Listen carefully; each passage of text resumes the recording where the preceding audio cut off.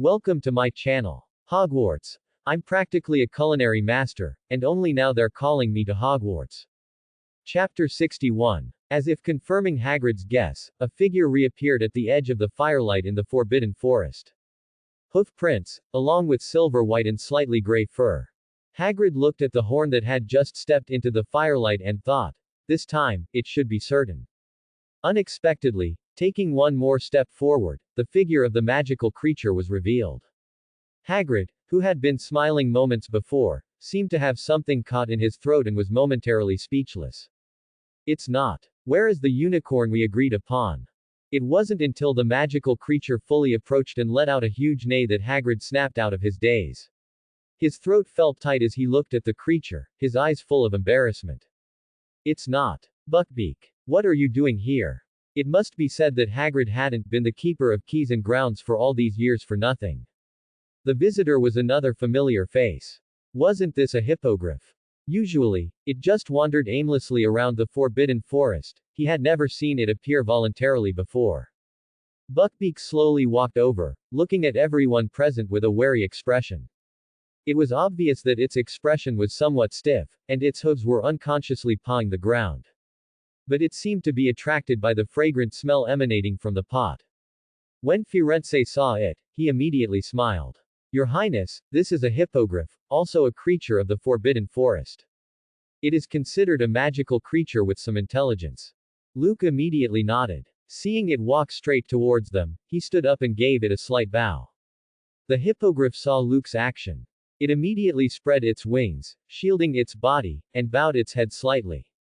The two exchanged bows. A peculiar look appeared in Hagrid's eyes. Luke, you even know this kind of knowledge. The hippogriff cares most about mutual respect and courtesy. After exchanging bows, you can touch it, and you can even ride it and fly. You are truly beyond my expectations. Luke immediately smiled and said, I saw this knowledge in newts, fantastic beasts and where to find them.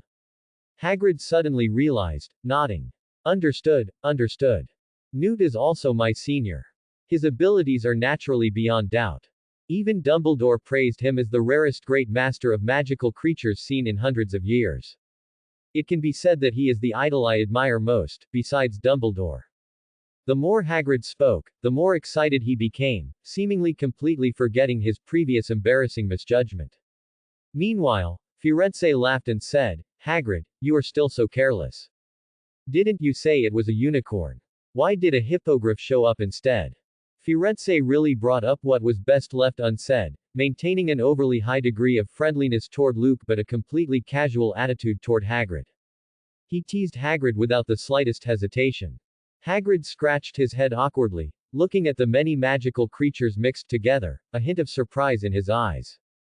Shashasha. Shashasha. Sounds appeared again in the surrounding environment. Moreover, the density was extremely high. It was enough to make one's scalp tingle just listening to it. Firenze instantly became vigilant and commanded, alert. Triangle formation, protect your highness. The centaur warriors led by Firenze actually shielded Luke behind them. Hagrid was startled when he heard the sound, and seeing the extremely alert centaur ready to attack, he also became nervous, silently gripping the small pink umbrella in his hand. He kept his eyes on the front, his massive body shielding Luke and the unicorn behind him. The hippogriff also heard the sound, generating hostility, its hooves restlessly pawing the ground, and its wings stirring up gusts of wind. Clearly, the aura of the newcomers meant trouble. Just as everyone was on high alert, Fang, who had been tied up nearby and was huddled down, suddenly whimpered. And this whimper was like a battle horn. Shashasha. Shashasha. The continuous sounds drew closer, and soon, dense gray-black figures appeared across half the forest clearing. Spiders. Those were Acromantula. The centaur warriors immediately looked tense, their aggression maximized. Acromantula are magical creatures even more aggressive than centaurs. Although these spiders are not highly intelligent, their population is too vast. If they fought head-on, these few people wouldn't be able to hold them off. With Luke right beside them, Firenze was already considering whether to have Luke ride the hippogriff and escape. Hagrid, meanwhile, looked shocked, watching the approaching Acromantula, his fists tightly clenched. It's them. Hagrid dusted himself off, then walked forward, directly confronting the group of Acromantula. The dense swarm of Acromantula certainly looked terrifying, yet Hagrid didn't seem afraid at all. Instead, he frowned and moved closer. Unusually, the Acromantula seemed somewhat familiar with Hagrid and did not attack him directly. Hagrid stared at the large group of Acromantula and asked, "Why would you all come over? Where is Aragog? Has he stopped managing you?" As Hagrid's voice fell, the name, Aragog, seemed to possess magic, causing the swarm of Acromantula to begin retreating. As the Acromantula retreated, a path was cleared. A giant spider, the size of a truck, moved into view. Its eyes seemed covered by a layer of gray-white, as if it couldn't see its surroundings clearly.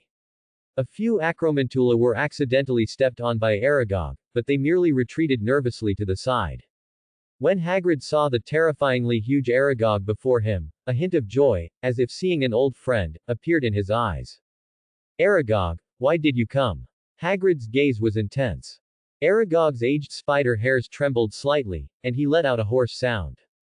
"Hagrid, I smelled a fragrance here, the power of vitality.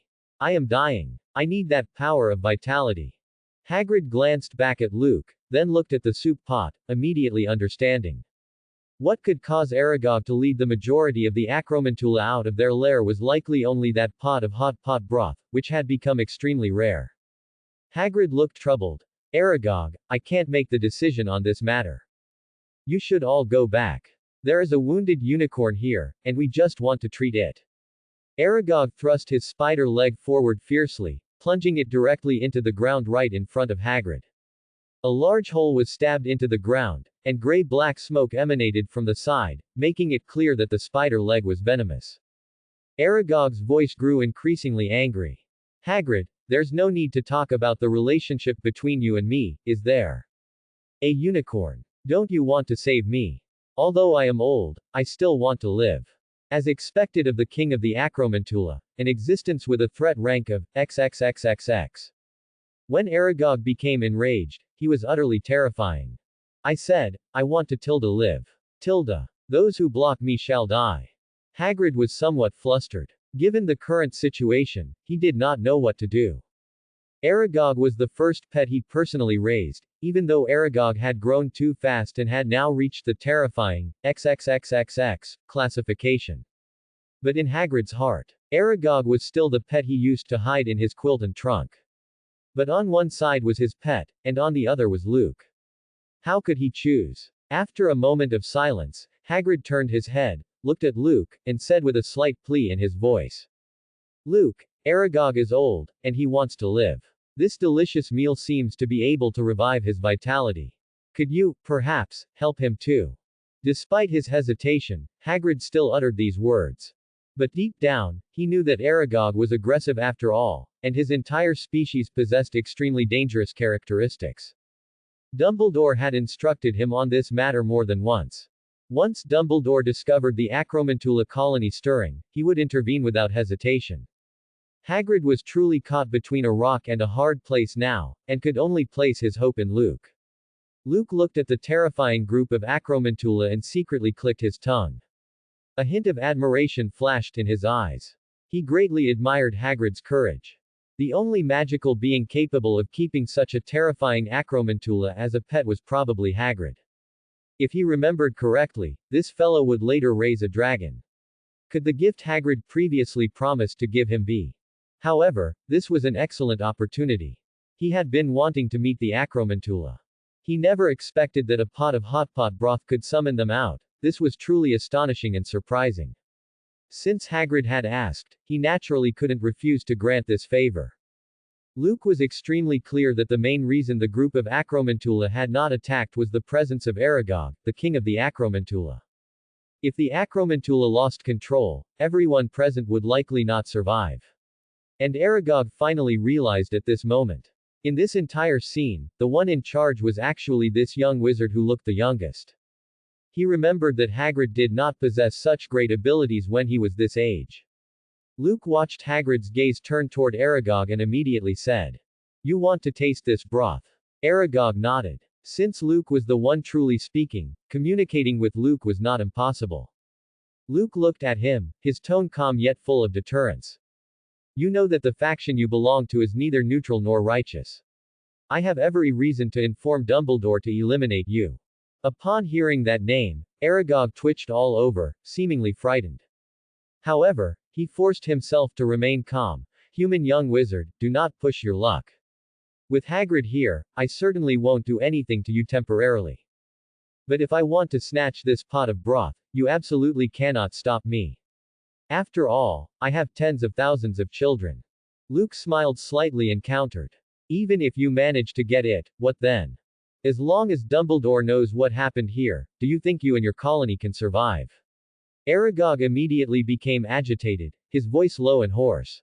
That is my business. Do not threaten me. I do not accept any threats. You see, I am old enough. And I want to live. A conviction to live cannot be stopped by anything. The colony, I can abandon it. There was no room for doubt in Aragog's tone. Having grown to this stage, he had completely gained sentience. He was no longer just a simple magical creature or beast. He wanted to live. Survival is the instinctive reaction of all magical creatures. Indeed, no one could stop him. Aragog said fiercely, as long as none of you here can leave, won't that suffice? Luke immediately laughed heartily, pointing to the centaur tribe nearby and saying, can you fight the entire centaur tribe? Aragog fell silent for a moment. Luke then pointed to the hippogriff nearby. With Buckbeak here, do you think I can't fly out? Aragog seemed to have anticipated Luke's provocation, letting out a low chuckle. I'm afraid you forgot, we are Acromantula.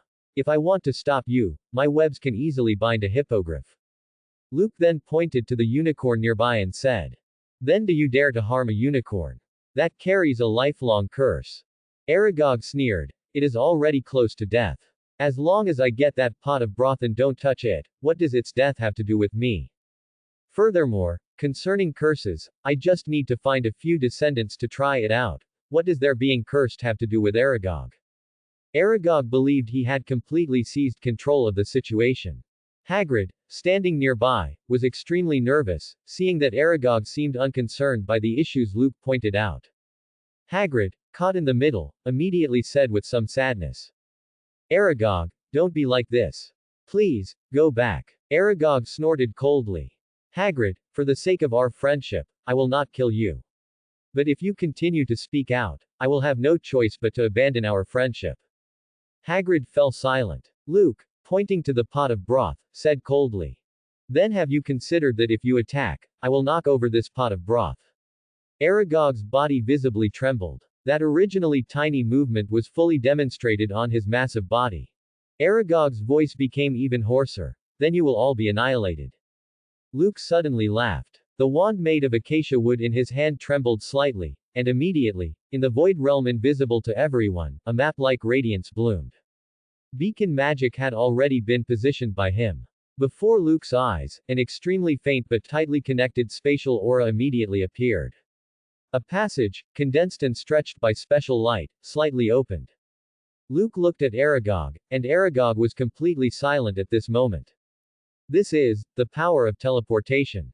You can actually cast this kind of magic in the Forbidden Forest. Could it be that the range of Hogwarts' second restriction has been reduced? Aragog's eyes revealed incredible fear. This human young wizard was truly difficult to deal with. Aragog was silent for a long time, somewhat cowed, and finally asked in a low voice, what do you want? At this moment, he truly had no other option. He could ignore all the threats, but he absolutely had to get a share of the pot of broth before him. When he realized that Luke actually possessed the means to escape alone. And when the magical creatures around him, along with Hagrid's astonished and worshipful gaze, all sided with Luke, Aragog felt completely provoked. This human young wizard was truly hateful. What exactly do you want? Seeing Aragog relent, the surrounding magical creatures immediately breathed a sigh of relief. Firenze of the Centaur tribe found his trust in Luke soaring once again. As expected of your highness, who possesses divinity according to the prophecy of Starlight, he managed to render an XXXXX level magical creature helpless with just a few words. Hagrid felt even more bewildered. Although he had learned a lot about magic, his wand had been broken, so the knowledge he acquired was limited. Even if he could use magic, he could only secretly use simple spells.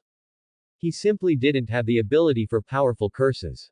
The only thing he was proud of was perhaps his half-giant bloodline, which granted him extremely high magic resistance and focus. At this moment, seeing Luke completely control the situation, Hagrid looked over with a complicated gaze. Although he didn't want to see Luke harmed, he also didn't want Aragog to suffer any misfortune. If he could keep Aragog alive, it seemed like the right thing for him to do, even if it meant begging Luke. After all, they had been master and servant, and he did not want to see Aragog leave this world just like that. Luke stared at Hagrid and smiled slightly. Hagrid, tell Aragog. If it wants to taste a sip of this hot pot broth from me, it must comply with my demands. First, all of them must retreat 50 paces and wait. Second, I require Aragog to offer its venom. Its venom has another use for me. Third, have it select some of its offspring and prepare the acromantula legs itself. Acromantula legs are said to be delicious when cooked in a hot pot. The legs are as fresh and tasty as crab meat or king crab. I don't know if that's true or false, or if there might be other magic enhancement effects. Since it showed disrespect to me, it must pay a price. With so many magical creatures present, freeloading is impossible. It is only right that it contributes some magic materials. Once these conditions are met, I will naturally let it have a sip of the broth. Aragog fell silent. Although Luke's demands were strict, they were not impossible for it to follow. After a long silence, under Hagrid's conflicted and hesitant gaze, Aragog's mouthparts trembled slightly, making a clack clack clack clack sound. Subsequently, the entire spider colony retreated, while Aragog lay there like a small mountain, seemingly waiting for Luke to fulfill his promise. One spider leg after another was brought forward. Aragog truly lived up to its reputation as an entity with absolute control over the entire spider colony. Regarding the smaller spiders, it was a matter of, I asked for one leg, and I certainly won't take two.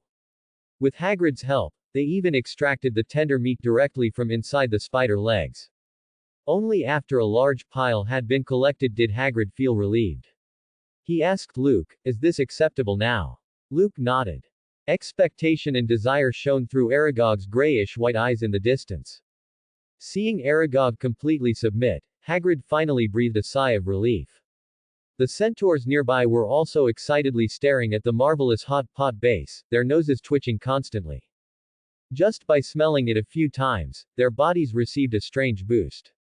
After all, the starlight holy fruit was a sacred object of the centaur race, and they were quite fortunate. If they could eat a few bites, who knows how fragrant it would be. Several centaurs were eager to try it. Their eyes sparkled as they looked at Luke, as if they wanted to elevate him to the heavens. Firenze, being extremely understanding, pulled out various ingredients from his satchel. They hadn't just stumbled upon this place.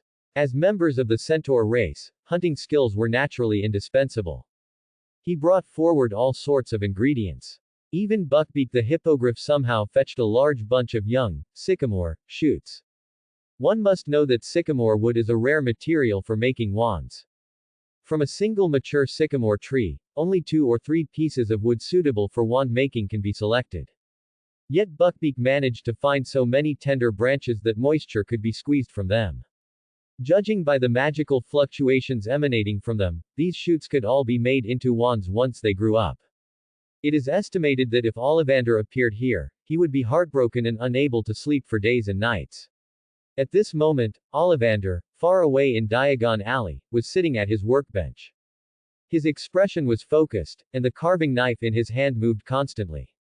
He secretly wondered what kind of tricks that peculiar young wizard, Luke Graves, would manage to pull off with that acacia wood wand. The wand chooses the wizard. A marvelous wand creates a legend. He was deeply anticipating it. Just as he was momentarily distracted, he suddenly sneezed, as if someone were talking about him. The next moment, the magical patterns he was carving instantly became chaotic, and the entire wand blank burst into flames, turning to ash. Ollivander couldn't help but sigh, alas, I'm getting old, I can't stay up late anymore. These sycamore branches are truly hard to find. If I could find 3 or 5, this old body of mine would be so excited I'd jump up in the middle of the night. Hagrid, standing aside until he was completely sure the situation was under Luke's control, greeted Firenze and walked into the forbidden forest. Since everyone else had contributed ingredients, he felt embarrassed to simply enjoy the benefits. Even though he had already given Luke some materials and items, he felt he shouldn't take advantage of him. After all, Aragog had thoroughly taken great advantage of Luke, and as Aragog's former master, Hagrid felt he needed to do something for Luke's compensation, or his conscience would bother him. After a while, Hagrid reappeared before everyone. He was dragging a robust warthog, which appeared to be gone, though it looked quite freshly gone. Hagrid looked at the crowd's gaze somewhat awkwardly, scratching his head and laughing. Well, I was just wandering around in the Forbidden Forest earlier, and I found a warthog that had run into a tree. So I just picked it up on the way back. Firenze nearly rolled his eyes beside him. Hagrid, you look honest and trustworthy, yet you're not an honest person after all. What do you mean the pig ran into a tree and you picked it up? Could you make your lie any lamer? The pig ran into a tree. You ran into the pig. However, Hagrid's actions gave Firenze a new idea. Regarding this Lord Your Highness who possessed divine power, Firenze believed. No amount of flattery or praise was too much. Centaurs worship the stars, and their power of prophecy also comes from the stars. As a centaur prodigy skilled in astrological prophecy. Ever since Firenze recognized Luke's uniqueness, he had taken out the sacred objects treasured by his tribe and offered them up, just to seek good karma. Seeing Hagrid's behavior, Firenze immediately followed suit in flattering him, smiling at Luke and saying, although I don't know how smart the geniuses among your human race are, I believe, Your Highness Luke, you must be the kind of young wizard who is even more powerful than a genius. Your future holds infinite possibilities. The centaurs are honored to be involved. Putting aside everything else, just the ability to communicate with magical creatures. I think even the most famous Newt Scamander of your Hogwarts Gryffindor house is not as capable as you. From now on, I will transition from being a fan of Newt to becoming Your Highness's most loyal and fervent admirer.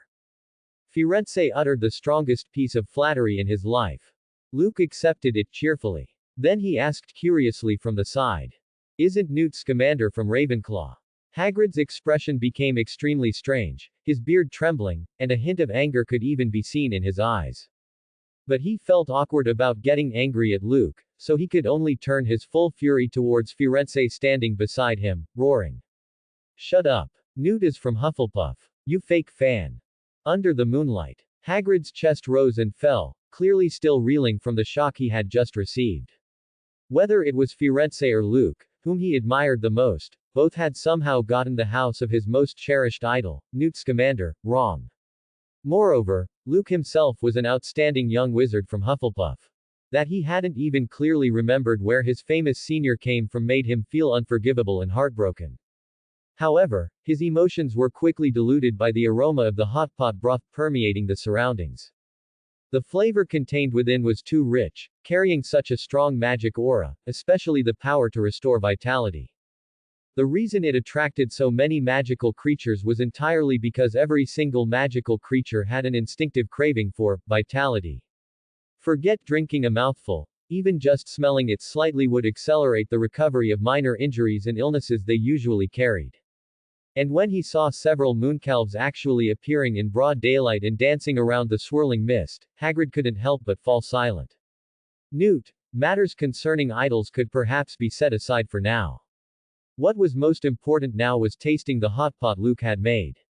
After all, this stuff smelled absolutely heavenly. He had no idea how Luke had managed to concoct it. Although it looked incredibly rich and spicy, this spiciness was generated by magic plants. Within the spice, there were wonderful layers and sweetness, making anyone who looked at it instantly start to drool. Hagrid looked eagerly toward Luke. Luke immediately broke into a smile. With so many magical creatures present, he certainly wouldn't lose out. Not only for the collection of magic materials, but the emotional value provided by these powerful magical creatures alone would likely make him ecstatic. Luke was about to remind everyone to start eating right away. Unexpectedly, figures emerged from the quiet forest once more. Radiance, purity, sanctity, grace. The footsteps of unicorns approached from the depths of the quiet forest, and by the looks of it, there wasn't just one, a total of 5 unicorns emerged from the forbidden forest. 4 large ones and 1 small one. The injured unicorn, which had been frantically sending signals, whinnied, as if it had seen family. The other unicorns were naturally extremely uneasy facing such a large gathering. After all, many magical creatures present were either neutral or gray-aligned. Even the wicked Acromantula was here. The only reason these unicorns hadn't fled was due to their injured companion being right nearby and the irresistible aroma. The injured unicorn let out a cry. As the unicorns communicated with each other, the 5 unicorns surprisingly approached Luke and bowed their heads slightly. Hagrid, standing nearby, immediately cried out in astonishment. You actually earned the unicorn's recognition. Luke, they are showing you respect. Firenze looked proud, and Luke naturally returned the salute seriously. The 5 unicorns gathered around the injured unicorn, their spiraled horns emitting radiance. The bright light continuously reflected, then danced with a subtle milky white halo, enveloping the entire injured unicorn and even the soup pot. Luke could tell. This was a healing ritual, with the unicorns using a special magic array to treat each other's injuries. However, that milky white magical radiance seemed somewhat unique. Its aura drifted and dispersed, making people feel warm and comfortable. Firenze whispered softly into Luke's ear, this is a unicorn's blessing, and not a simple one. It is a blessing that gathers the core energy of their origin, healing. Seeing that most of the radiance fell upon the injured unicorn, while a small portion completely dropped into the soup pot. The anticipation in Firenze's eyes grew increasingly intense. This pot of hot pot base had practically become a heaven and earth treasure. Watching the injured unicorn's spirit improve rapidly, even managing to slowly climb to its feet, Luke smiled. This hot pot had to be tasted. Having not eaten anything strongly flavored for a long time, he couldn't help but look forward to it. Luke had never been so extravagant as to taste what young sycamore sprouts tasted like. He swished the sprouts in the hot pot soup, then quickly prepared a simple dipping sauce bowl and tasted it lightly under the gaze of many eyes. The next moment, magical aura surged continuously. Spice, stimulation, vitality restoration, magical power growth, flavor and magic exploded in his mouth. Luke felt that his magical power, which had barely progressed, was pushed forward significantly just by this single bite of hot pot. Luke's eyes lit up. This truly was a pleasant surprise. He hadn't realized that besides the magical power enhancement missions from the Handmaiden Knight Order, genuine rare magic materials could also boost one's strength.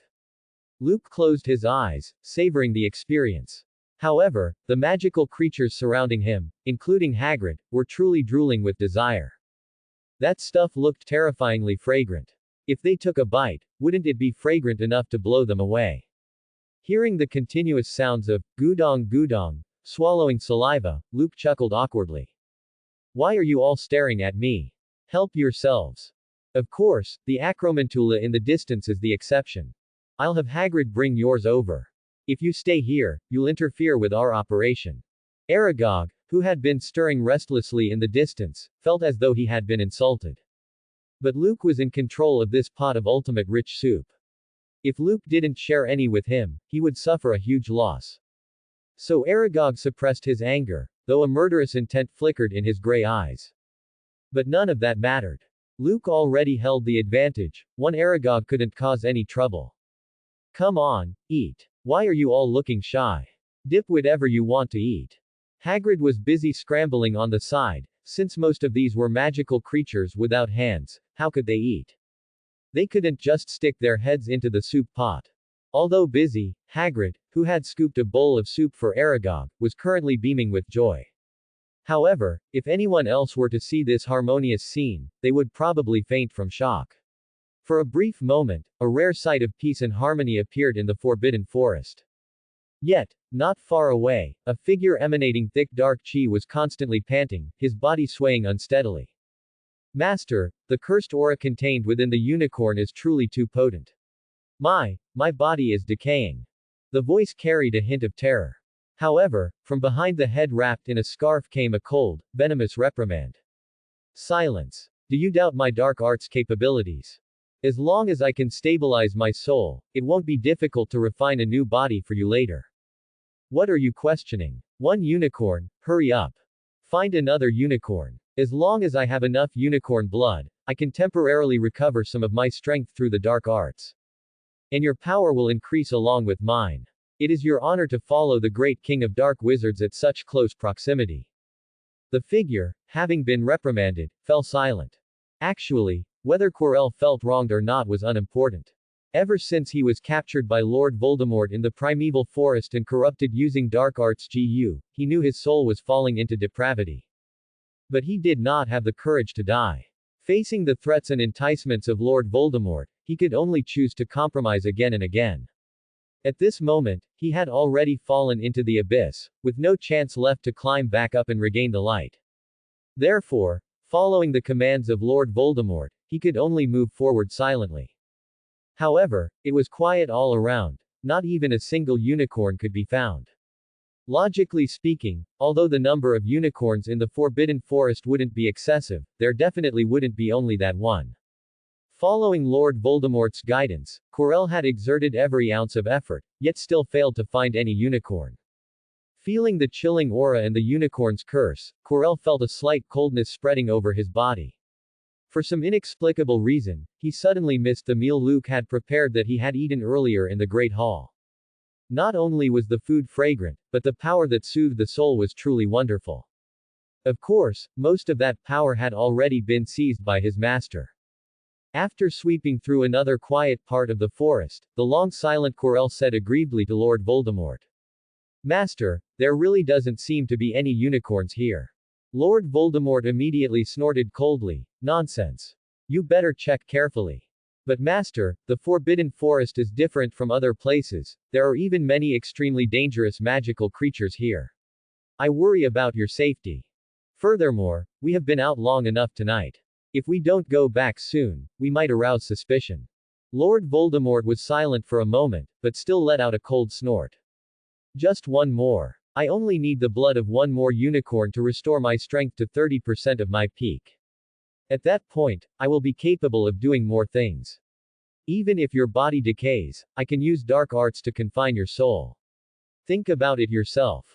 But master, those magical creatures are truly terrifying. Quirrell carefully expressed his opinion. Why don't we go to Hogwarts and find that young wizard named Luke? His food is not only delicious, but it can also nourish the soul. Lord Voldemort, uncharacteristically, didn't immediately refute, but quickly realized the implication and roared in fury. You useless piece of trash. You actually put your hope in a child. That child is watched by Dumbledore, do you understand? You are an elite wizard, and I am possessing you with extraordinary power. What exactly are you afraid of? I am certain that the number of unicorns in this quiet forest is absolutely not small. Or perhaps, the torment you have received is not enough yet. Lord Voldemort's voice was slick like a viper, having long run out of patience. The next moment, a heart-wrenching scream erupted from Quirrell's body. Indeed, Lord Voldemort was so ruthless that he would even attack the symbiotic body he currently occupied. One bone-piercing pain nearly caused Quirrell to pass out. Lord Voldemort gasped, tormenting his own host did not feel pleasant. Hurry up and search, or I will make you pay. Quirrell, who had been howling for a long time, finally managed to crawl back up. Having been tormented by Lord Voldemort in such a manner, Quirrell's loyalty instead grew even stronger. It was all Master forcing me to do it, I am not willing. Just follow all of Master's commands. Quirrell continuously hypnotized himself, and his remaining self-awareness gradually began to dissipate. Quirrell, having undone his turban, scoured the entire Forbidden Forest. However, his nose twitched slightly. A faint, ethereal fragrance permeated the woods. Quirrell took a sniff, and his eyes immediately lit up. That feeling again, the power to heal the soul again. He instantly beamed. Master, I smell that unique sensation. Lord Voldemort, however, snorted coldly. Nonsense, why can't I smell it? Quirrell didn't argue, he just thought internally. You don't even have a nose, and your head is covered in garlic to conceal me. If you could smell it, then Quirrell would turn his name upside down. But soon, as Quirrell moved closer, the fragrance continued to intensify. At this moment, even the residual soul of Lord Voldemort possessing Quirrell felt that unique power. After all, the curse and the dark power were constantly eroding Quirrell's body, and he needed to exert all his efforts just to control it and exert perfect strength. Yet, under the fragrance of this vitality and healing, Lord Voldemort actually felt he could slightly free his hands. To smell it from afar already contained such powerful energy. If he were to eat it, the effect would probably be heaven-defying. Lord Voldemort acted as if he hadn't spoken those words just now, busy only with commanding Quirrell to approach the source of the fragrance.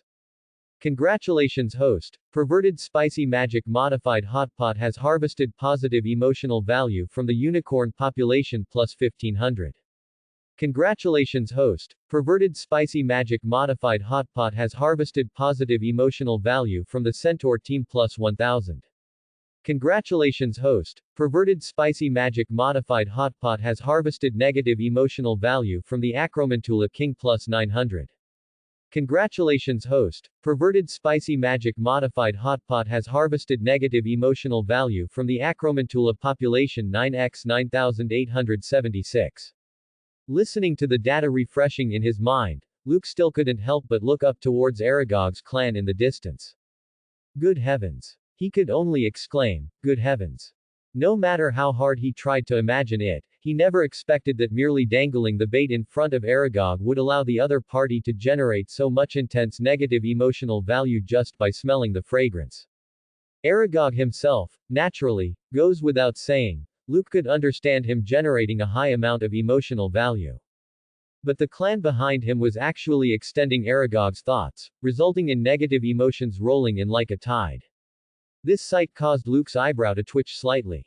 This stuff was magic emotional value that could be used to cultivate dark arts. In the past, the emotional value he used was basically all positive, he had never utilized negative emotional value. But now, with Aragog doing this, and so many hostile clans generating negative emotions, Luke could already predict. If he were to learn Avada Kedavra right now, he could even push this spell to a capability beyond its peak. A level that even Lord Voldemort himself could not reach. Luke suddenly felt a little anticipation. This seemed like a good choice. Luke thought this in his mind, but his hands did not stop working at all. What a joke. At such an important moment, eating hot pot, how could there be any other movements? The numerous magical creatures felt completely enveloped by happiness. Centered around Luke's pot of soup, they not only achieved a grand gathering in the Forbidden Forest, but their own magic power and even their innate talents were slightly elevated. Everything was developing in a remarkably perfect direction. The numerous magical creatures brought all sorts of ingredients. If they needed more, they would let Hagrid add it. After tasting the deliciousness of these few bites, every magical creature held the highest respect for Luke. Soon, Luke's surroundings were piled high with various magic materials, even extremely rare herbs. This was a gift from the magical creatures. If Snape were to see this, he would probably be utterly astonished. This pile of materials alone was equivalent to 6 or 7 years of Snape working under the table at Hogwarts. However, sometimes the greater the happiness, the more variables seem to appear. Just as everyone was enjoying themselves, a black mist sped over from the distance. The air carried a strange, low moan, like the hiss of a serpent's tongue. Quirrell's speed immediately increased. He then rushed into this clearing in the Forbidden Forest. Master, I found it. From within the black mist, Lord Voldemort's voice sounded even colder.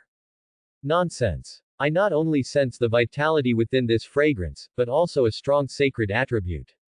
There are definitely unicorns here. Hurry and attack. Yes, Master. Quirrell's eyes became resolute. As long as he finished this job, he could have a few more days of peace. He absolutely had to satisfy all of his master's wishes right now.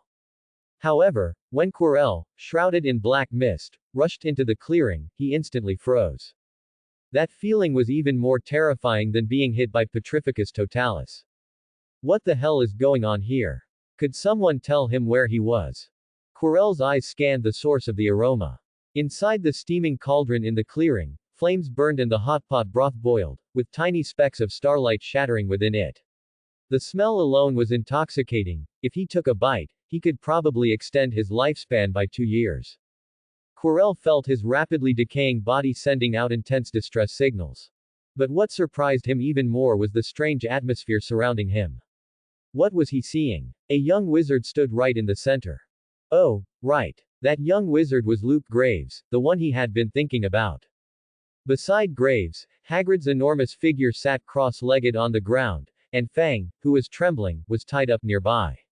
Next to the two of them, he saw centaur warriors. And hippogriffs. Further beside them, there were even 5 or 6 unicorns. This is absolutely and utterly ridiculous. At this moment, Quirrell's mind couldn't process any of it. How did this group of bizarre creatures end up gathering here? Looking at the warthog on the ground, which had already been half-eaten, Quirrell's throat suddenly bobbed. He felt Lord Voldemort's soul trembling. Lord Voldemort naturally also instantly sensed the extremely dense points of soul light surrounding them. What's going on? This was the Forbidden Forest, not a marketplace. How could there be so many souls? The density here was no less than at Hogwarts. Just as Quirrell found himself in a dilemma, the dense crowd of acromantulas in the distance made him shiver profoundly. Master, I think we've come to the wrong place. Lord Voldemort cursed Quirrell internally for being a coward. Couldn't he see the current situation? They were just chasing a unicorn. How did they end up in such an evil place? Was this really within Hogwarts territory? When Luke saw the black mist, he instantly tensed up. They've come, just as expected. The black mist, the unpleasant voice, the eerie atmosphere, and the timing of its appearance in the Forbidden Forest confirmed that he had hit the jackpot. He had genuinely and coincidentally run into Lord Voldemort going out to hunt for energy replenishment. Fortunately, the situation was different now. Before, he and Hagrid were alone, and if they had faced Lord Voldemort, they truly wouldn't have been able to defeat him. After all, he wasn't Harry, the savior. Harry possessed ancient love magic, deep enough to require a life's sacrifice, that countered Lord Voldemort. And even with the system, he probably couldn't withstand a few hits of Avada Kedavra. He would most likely be instantly defeated by Lord Voldemort.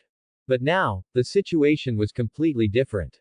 This pot of soup had attracted too many magical creatures, and the tables had turned. If facing Lord Voldemort before cooking the hot pot was like an ant shaking a great tree. Now, as long as he stood up, he could rally a massive force that would cause a mountain roar and a sea surge. Luke quickly put down his bowl, drew his acacia wood wand, and pointed it slightly at the opponent. He was afraid that Lord Voldemort, this treacherous old fool, would seize the opportunity to launch an Avada Kedavra, which would be a huge loss. Luke cast the strongest spell he could currently perform. Protega 3. Protega. Impediment Jinx. Impedimento. Only after continuously casting several spells in front of him did Luke breathe a sigh of relief. And as the protagonist of the entire bonfire party at this moment. When he stood up, the others naturally couldn't remain passive. As Luke stood up, clatter. All the surrounding magical creatures stood upright. Half-giants, unicorns, hippogriffs, mooncalves, and the dense crowd of acromantulas. In the distance, Aragog's aura became somewhat heavy, and his entire body went on high alert. Within the black mist, there seemed to be a threat involving the soul. Everyone entered an attack state instantly, and the surrounding magic aura immediately became chaotic. Under such intense aura fluctuations, Quirrell shuddered. Inside the black mist, Lord Voldemort was completely bewildered. Wait, he just came to catch a unicorn. This massive display shouldn't be necessary, right? What exactly was the deal with this guy named Luke Graves? Quirrell whimpered beside him. Master, stop now. The opponents are all tough nuts to crack. With this many magical creatures, the two of us truly cannot win. If Lord Voldemort could punch himself right now, he would hit himself once and then reward Quirrell with 20 Avada Kedavra curses. In truth, since his remnant soul escaped, he hadn't seen such a grand display in a long time. Did he not know what the situation was right now? Speaking of which, who is the real Lord Voldemort? He just came to catch a unicorn. How were so many people hiding in the bushes? Ah, no, creatures. At this moment, Lord Voldemort was even starting to complain. That old man Dumbledore, he must be completely blind. Someone was holding an illegal gathering in the Forbidden Forest, and the nature of it was terrible. Was he not going to deal with this? But this pot of soup could both heal injuries and restore vitality. If he could take this pot of soup, why would he need unicorn blood? If he could seize this entire pot of hot pot broth, any ailment could be mostly cured. Then, when facing Dumbledore, he would have more opportunities and capabilities. Lord Voldemort's breathing grew heavier. He truly wanted this pot of soup. Quirrell's arm slowly rose. A special kind of dark magic seemed to be condensing in his wand. Unlike Quirrell's own magic, this power was highly concentrated and of extremely high quality. It was clearly Lord Voldemort intending to act personally. Quirrell realized he couldn't control his body at all and instantly began to whimper. Master, don't be rash. Absolutely do not be rash. Facing this many people, we genuinely have no advantage. Seeing the black mist about to burst into green light, Luke's eyes narrowed, and he immediately shouted, "He's here to steal the ridiculously spicy hot pot." Luke's shout instantly shocked all the magical creatures. If the opponent were a terrifying dark wizard radiating dark magic, it would make these magical creatures fearful. But Luke's shout completely stirred up the hornet's nest. Every magical creature had tasted that delicious flavor. They had only just begun to enjoy it. And someone was coming to steal it. Wasn't this asking for their lives? Almost instantly, all the magical creatures unanimously unleashed their magic power. A dense array of magic power burst forth. The centaurs, arrows once again shone with the brilliance of plant magic. Hagrid also secretly pulled out his pink umbrella and cast his strongest current long-range magic forward. Aguamenti, Aguamenti. Fortunately, although his wand was broken, Hagrid was still a half-giant. Under his operation, a water jet as thick as a thigh shot out. This was an unexpected bonus. The hippogriff stirred up fierce winds and terrifying waves. The unicorns condensed holy, white spheres of lightning, which looked inexplicably formidable. Lord Voldemort was stunned. This is like sticking a knife straight into their nest. But he was unwilling to give up. With a silent, sharp shriek, a chain of green light flashed wildly and extended outward. Avada Kedavra. Avada Kedavra tilde tilde. The slender green lightning tore across the sky, colliding with countless spells. Quirrell stumbled several steps backward before managing to dodge these attacks. Just as Lord Voldemort grew furious, Aragog in the distance stepped forward. The next moment, thousands of acromantulas began to move. Webs with strong corrosive poison sprayed out, forcing Quirrell to retreat continuously. Although the black mist could give him strange teleportation abilities, the webs were everywhere, making it difficult for him to move. Lord Voldemort was enraged. What the, are all these magical creatures crazy? However, facing the overwhelming magic attacks, even the once renowned Lord Voldemort had to avoid their sharp edge. He fled in a panic. The corrosive power in the webs collided with the unicorn's lightning orbs, creating a violent explosion. Even a terrifying ultimate move like Avada Chain Lightning couldn't stop this overwhelming offensive. Lord Voldemort he fled. Luke Graves watched Quirrell's retreating figure.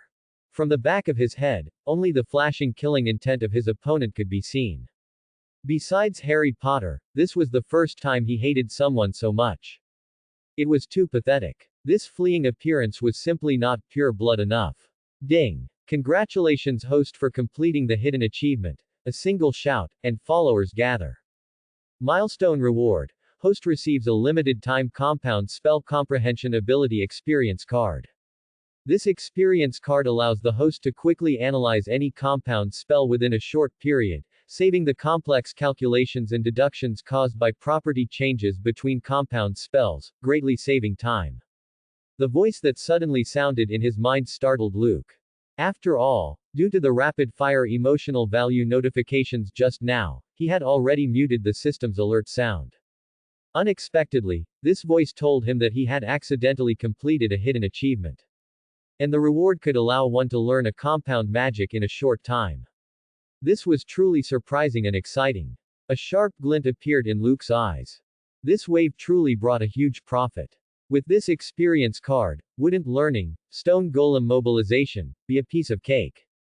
As Luke was thinking this, a faint, warm aura suddenly filled the air. That familiar feeling, that familiar formula. Luke looked up at the void realm of the Forbidden Forest. A bright crimson figure squeezed out from the void. Phoenix. Fox. Luke immediately understood. So, even in the Forbidden Forest, it was still within Dumbledore's surveillance. Perhaps everything that just happened, Dumbledore had already seen it all. He truly was an old fox who had become refined. Luke felt a little embarrassed. After all, in front of so many magical creatures, he had collected quite a bit of bribes on the side. Fawkes' appearance felt a bit like being caught in the act. However, with a clear cry, Fawkes didn't seem to have any immediate intention of taking Luke away. Instead, after appearing, it circled high in the sky, continuously absorbing the aroma emanating from the stew pot.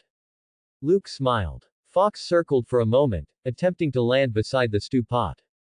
However, when it descended near Luke and the unicorn, many magical creatures all cast their gaze over. Fawkes' movements trembled slightly, then it let out another clear cry. Proud and majestic, like a king. Luke was a bit bewildered. What does this mean? However, the surrounding magical animals all cried out one by one, and Fawkes stepped towards the stew pot immediately paused.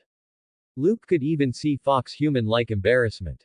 Was it being ostracized? Fawkes then used its flame-wrapped long beak to pull out a feather. And this was its brightest tail feather. Seeing Fawkes' pained expression, one knew this feather was extraordinary. Luke immediately felt a bit awkward. How can I accept this? But the tacit understanding among the surrounding magical creatures was too strong. Luke couldn't even speak to explain. Fawkes let out another clear cry, and Luke again looked up at the many magical creatures, only to see that they still seemed to have no intention of giving up their obstruction.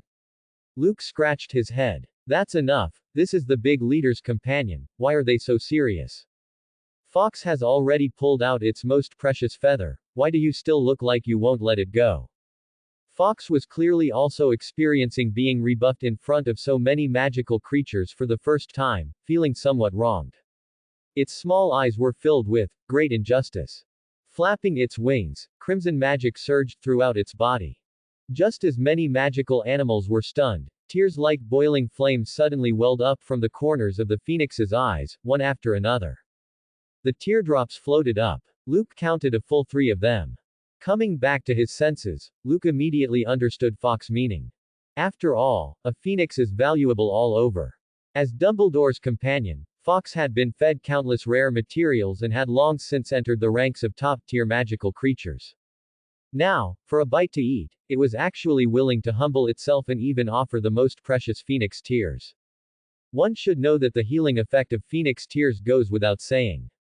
Any damage from dark arts, curses, or other magic can be powerfully purified by them. Moreover, once refined into a potion, the effect can even double. Luke couldn't help but smile as he took out a bottle. How can I accept this? Fawkes, you're too kind. Fawkes almost rolled its eyes. It had given a feather and squeezed out tears. If it weren't for the rich aroma and the magic that was extremely compatible with it from this pot of soup, how could its pride allow it to compete with other magical creatures? Or rather, Luke was also sly and wicked. If you're really embarrassed, why don't you stop these guys around you? Fawkes had never been so united against a common enemy by other magical creatures before. After all, as a fire phoenix, its intimidation, prestige, aura was enough to make most magical creatures shrink back in fear. But at this moment, perhaps due to the inexplicable influence of this pot of soup, these creatures' emotions were unusually high. Looking further away, Aragog was savoring the hot pot broth, taking small sips. Phoenix Fawkes fell into a rare silence. To get good things, one naturally has to exchange them for good things. Fawkes understood this principle. Luke, having put away the tears, rubbed his hands awkwardly. Fawkes' gaze was clear. If this wasn't enough, it would truly get angry. It might even have to go find Dumbledore to reason with him. Luke gave Hagrid a look. Hagrid immediately eagerly brought a small bowl. In the crimson liquid, starlight twinkled. There was also the sacred aura of the unicorn within it. Coupled with the many magical materials added by the magical creatures of the Forbidden Forest, the effect of this soup was simply off the charts. Fawkes took a small sip of the liquid, and immediately all the resentment in its eyes vanished, replaced by an expression of extreme enjoyment. Beautiful. So beautiful. Fawkes felt all its feathers faintly radiating warmth and becoming even brighter. This stuff is really good. This little guy named Luke, although he's not very good at reading the room, his cooking is truly beyond compare. Fawkes seemed to recall that bowl of luocephane. Only this time, the tables were turned. It was finally not Dumbledore who first enjoyed the delicious food, but itself. Fawkes' throat moved slightly, its entire body arched, and a crimson, warm, supernatural aura radiated throughout the area. Those neutral magical creatures all felt a warm magic. And from Aragog in the distance, a gray-black dark mist erupted, blocking the crimson magic fluctuation. HMPH. The two super magical creatures simultaneously snorted coldly. Then they both lowered their heads, each enjoying their delicious meal. However, this was a hardship for Dumbledore, who was waiting in the headmaster's office. He looked with confusion at Snape and McGonagall, who had arrived in a hurry. Logically speaking, Fawkes should have returned by now, so why was there no sign of it? Snape and McGonagall, who had been summoned late at night, exchanged glances. Dumbledore, why did you call us over so urgently? What exactly is the matter? Dumbledore acknowledged their question with a soft hum, and immediately, his magic fluctuated. Magic light points above his palm quickly gathered into a luminous mist. A blurry image was released. In the image, a dense aura of dark arts, carrying the implication of death, bloomed within the Forbidden Forest. Simultaneously, the opposing side immediately erupted with countless magic fluctuations. Dumbledore slightly raised his hand, demonstrating the conflict that had just occurred through his subtle magic. Although it was only Dumbledore projecting it using magic, McGonagall and Snape both frowned simultaneously. Professor McGonagall asked, somewhat surprised. Dumbledore, are you suggesting that a conflict just erupted in the Forbidden Forest? What was that black mist? Dumbledore's eyes were sharp. He nodded at Professor McGonagall and said, indeed. That was the mark of an extremely intense clash involving dark arts. It must have been Tom. Hearing that long and spoken name, McGonagall instantly trembled. Are you saying he has returned? Dumbledore nodded without concealment. He returned long ago. I have simply been observing, but yes, it must be him. Professor McGonagall immediately grew anxious. Dumbledore, you cannot keep such a dangerous entity at Hogwarts. Hogwarts has too many young wizards. What if they get hurt? Tom, no, Lord Voldemort has long since gone insane. Dark arts have corrupted his soul. He is a complete terrorist. Dumbledore raised his hand, stopping McGonagall from speaking further, then looked at Snape beside him and asked, what is your assessment? Snape's eyes held contemplation mixed with thought. Dumbledore, are you suggesting that he made a move in the Forbidden Forest tonight, but was intercepted by some unknown magic force? Dumbledore gently waved his wand, and the magic fluctuation that had just erupted was displayed with extreme precision and mystery. Dumbledore's wand was like a conductor pointing toward each musician in an elegant symphony. I saw a unicorn, I saw centaurs, I saw a hippogriff, I saw a human young wizard, and I even saw an acromantula. Tisk tisk tilde, what a grand event. It's a pity I couldn't participate. Snape remained silent, then looked coldly at Dumbledore. Are you saying there was a human wizard among those factions just now? This sentence instantly jolted Professor McGonagall awake. Dumbledore, who broke into the Forbidden Forest? If it was a young wizard from Hogwarts, that would be terrible. Professor McGonagall even wanted to rush out to help, but Dumbledore stopped her. Dumbledore then looked at Snape. Naturally, the only person who could enter the Forbidden Forest tonight is Mr. Luke Graves, for whom you left permission. Snape stopped his snort, then looked at Dumbledore with a somewhat cold aura. Since principal, you detected this situation so early, why didn't you appear in time? It seems only you in all of Hogwarts are capable of apparition. Dumbledore smiled and gently reassured the two of them. I was indeed preparing to help, but our Mr. Luke Graves is simply too surprising. I don't know how he managed it, but he actually unified nearly 60 to 70% of the magical creature forces in the Forbidden Forest single-handedly and delivered a major blow to Tom. If I am not mistaken, Tom must be quite miserable right now, hiding in some corner licking his wounds. At this, Snape and McGonagall fell silent simultaneously. Professor McGonagall's eyes held astonishment, but even more so, deep relief. Luke, this child, always manages to surprise people. Truly, he always makes people worry. Professor McGonagall subtly wiped the corner of her eye. Luke is safe, that is truly wonderful. This young wizard whom I highly favor, this young wizard to whom I am about to entrust the control of the stone golem mobilization, seems to be capable of standing on his own already. Meanwhile, Snape next to them was thinking more deeply. So, Luke has already directly confronted him. He wasn't injured, was he? Dumbledore smiled slightly, then pointed to the now empty perch. I have already sent Fawkes to fetch him. It's just that Fawkes seems a bit playful. Well, in any case, it doesn't seem to have returned immediately. But if there were any danger, Fawkes would certainly contact me proactively. Snape felt relieved. Although Luke, this little fellow, is sometimes unconventional, his talent in potion making is undeniable. Although he somewhat disapproved of Luke constantly using cauldrons and potion-making principles to create novel cuisine. Overall, Luke is definitely a talent. Since he had permitted Luke to enter the Forbidden Forest, he naturally wished for Luke's safety. Hearing Dumbledore's assurance now, he said no more, only keeping his eyes fixed on the principal. Headmaster Dumbledore, Snape asked coldly, you didn't call the two of us here in the middle of the night just so we could admire Luke's capabilities, did you? Speak plainly. Dumbledore nodded approvingly. Dumbledore always maintained high tolerance for his ace agent, the double spy, and the chosen hard-working man who held multiple posts. He said with a smile, after the events of tonight, I believe Mr. Luke Graves has met certain qualifications. Furthermore, since Pomona Sprout, McGonagall, and you, Snape, are all highly complimentary of Luke, and Professor McGonagall has even submitted a report to me preparing to cultivate Luke's authorization to use stone golem mobilization. I think it is time for a true test regarding this child Luke's future. Dumbledore smiled as he sat in his large office chair. On the surrounding walls, the successive principals of Hogwarts pretended to be asleep but secretly pricked up their ears to listen. If Luke can withstand the test, then I believe I will personally instruct Mr. Luke Graves on certain matters. But if, when making his choice, he strays due to the temptation of power, then it will require the strict attention and guidance of you few.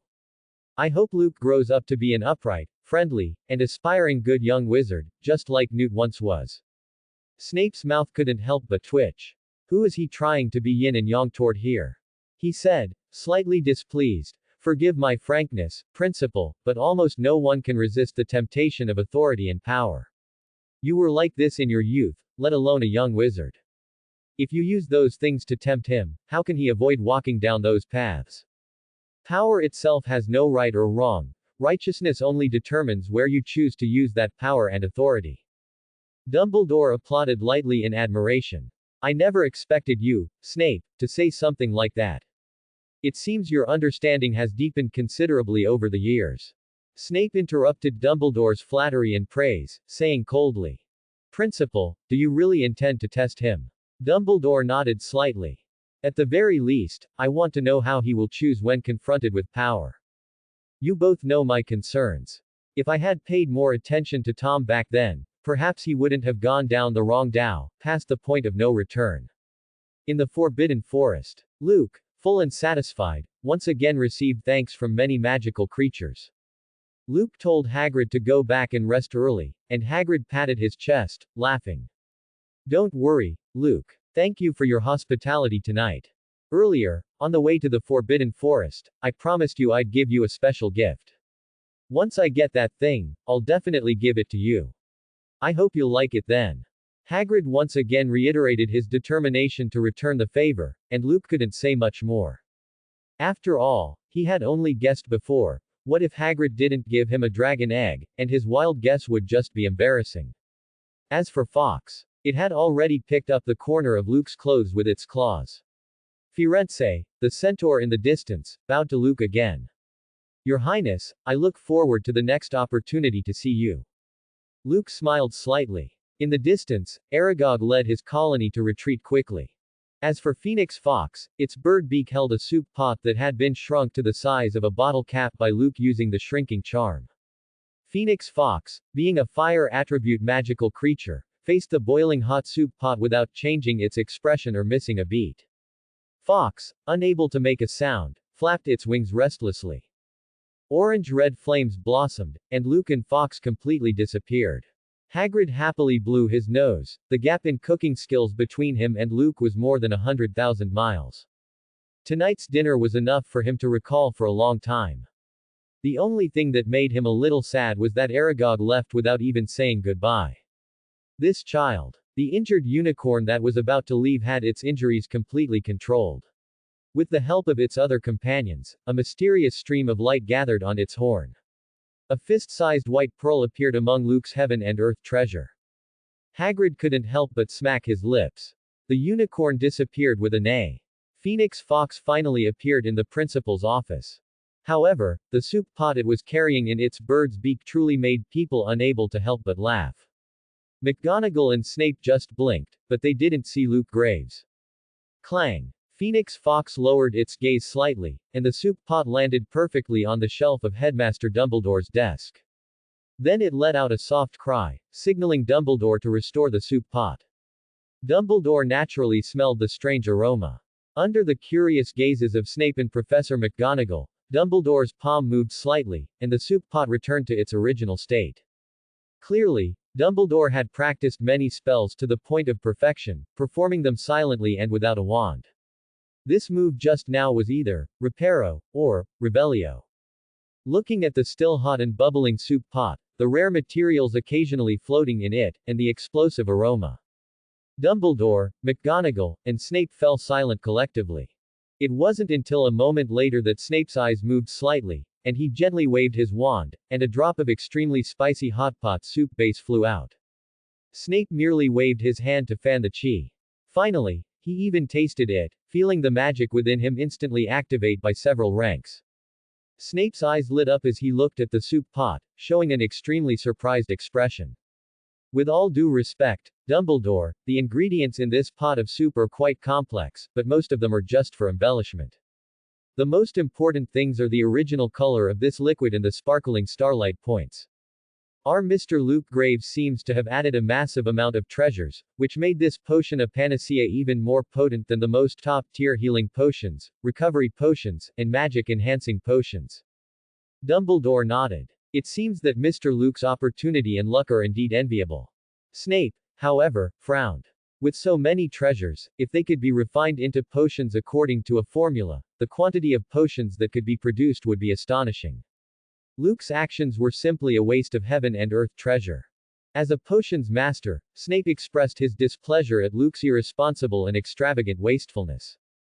Dumbledore, however, snapped his fingers, directly summoning the old house elf named Winky. Tell the kitchen to prepare some fresh ingredients. We'll also learn to make hot pot. Winky's eyes sparkled as she stared at the explosively fragrant soup pot, her eyes filled with shock and longing. And beneath these emotions, there was also a hint of reverence. This aroma is too exaggerated. Who made such a rich delicacy? Who can achieve such culinary skill? The status of house elves had been precarious recently. Their daily 3 meals even had a false sense of prosperity. Because they found that sometimes a lot of the breakfast, lunch, and dinner they made would be eaten, and sometimes a lot would be left over. This all indicated that there was a huge hidden hand manipulating everything at Hogwarts. It had also wondered if it might be Dumbledore. However, seeing the others also staring at the soup pot at this moment, it seemed there was someone else. Winky's emotions carried a hint of fear.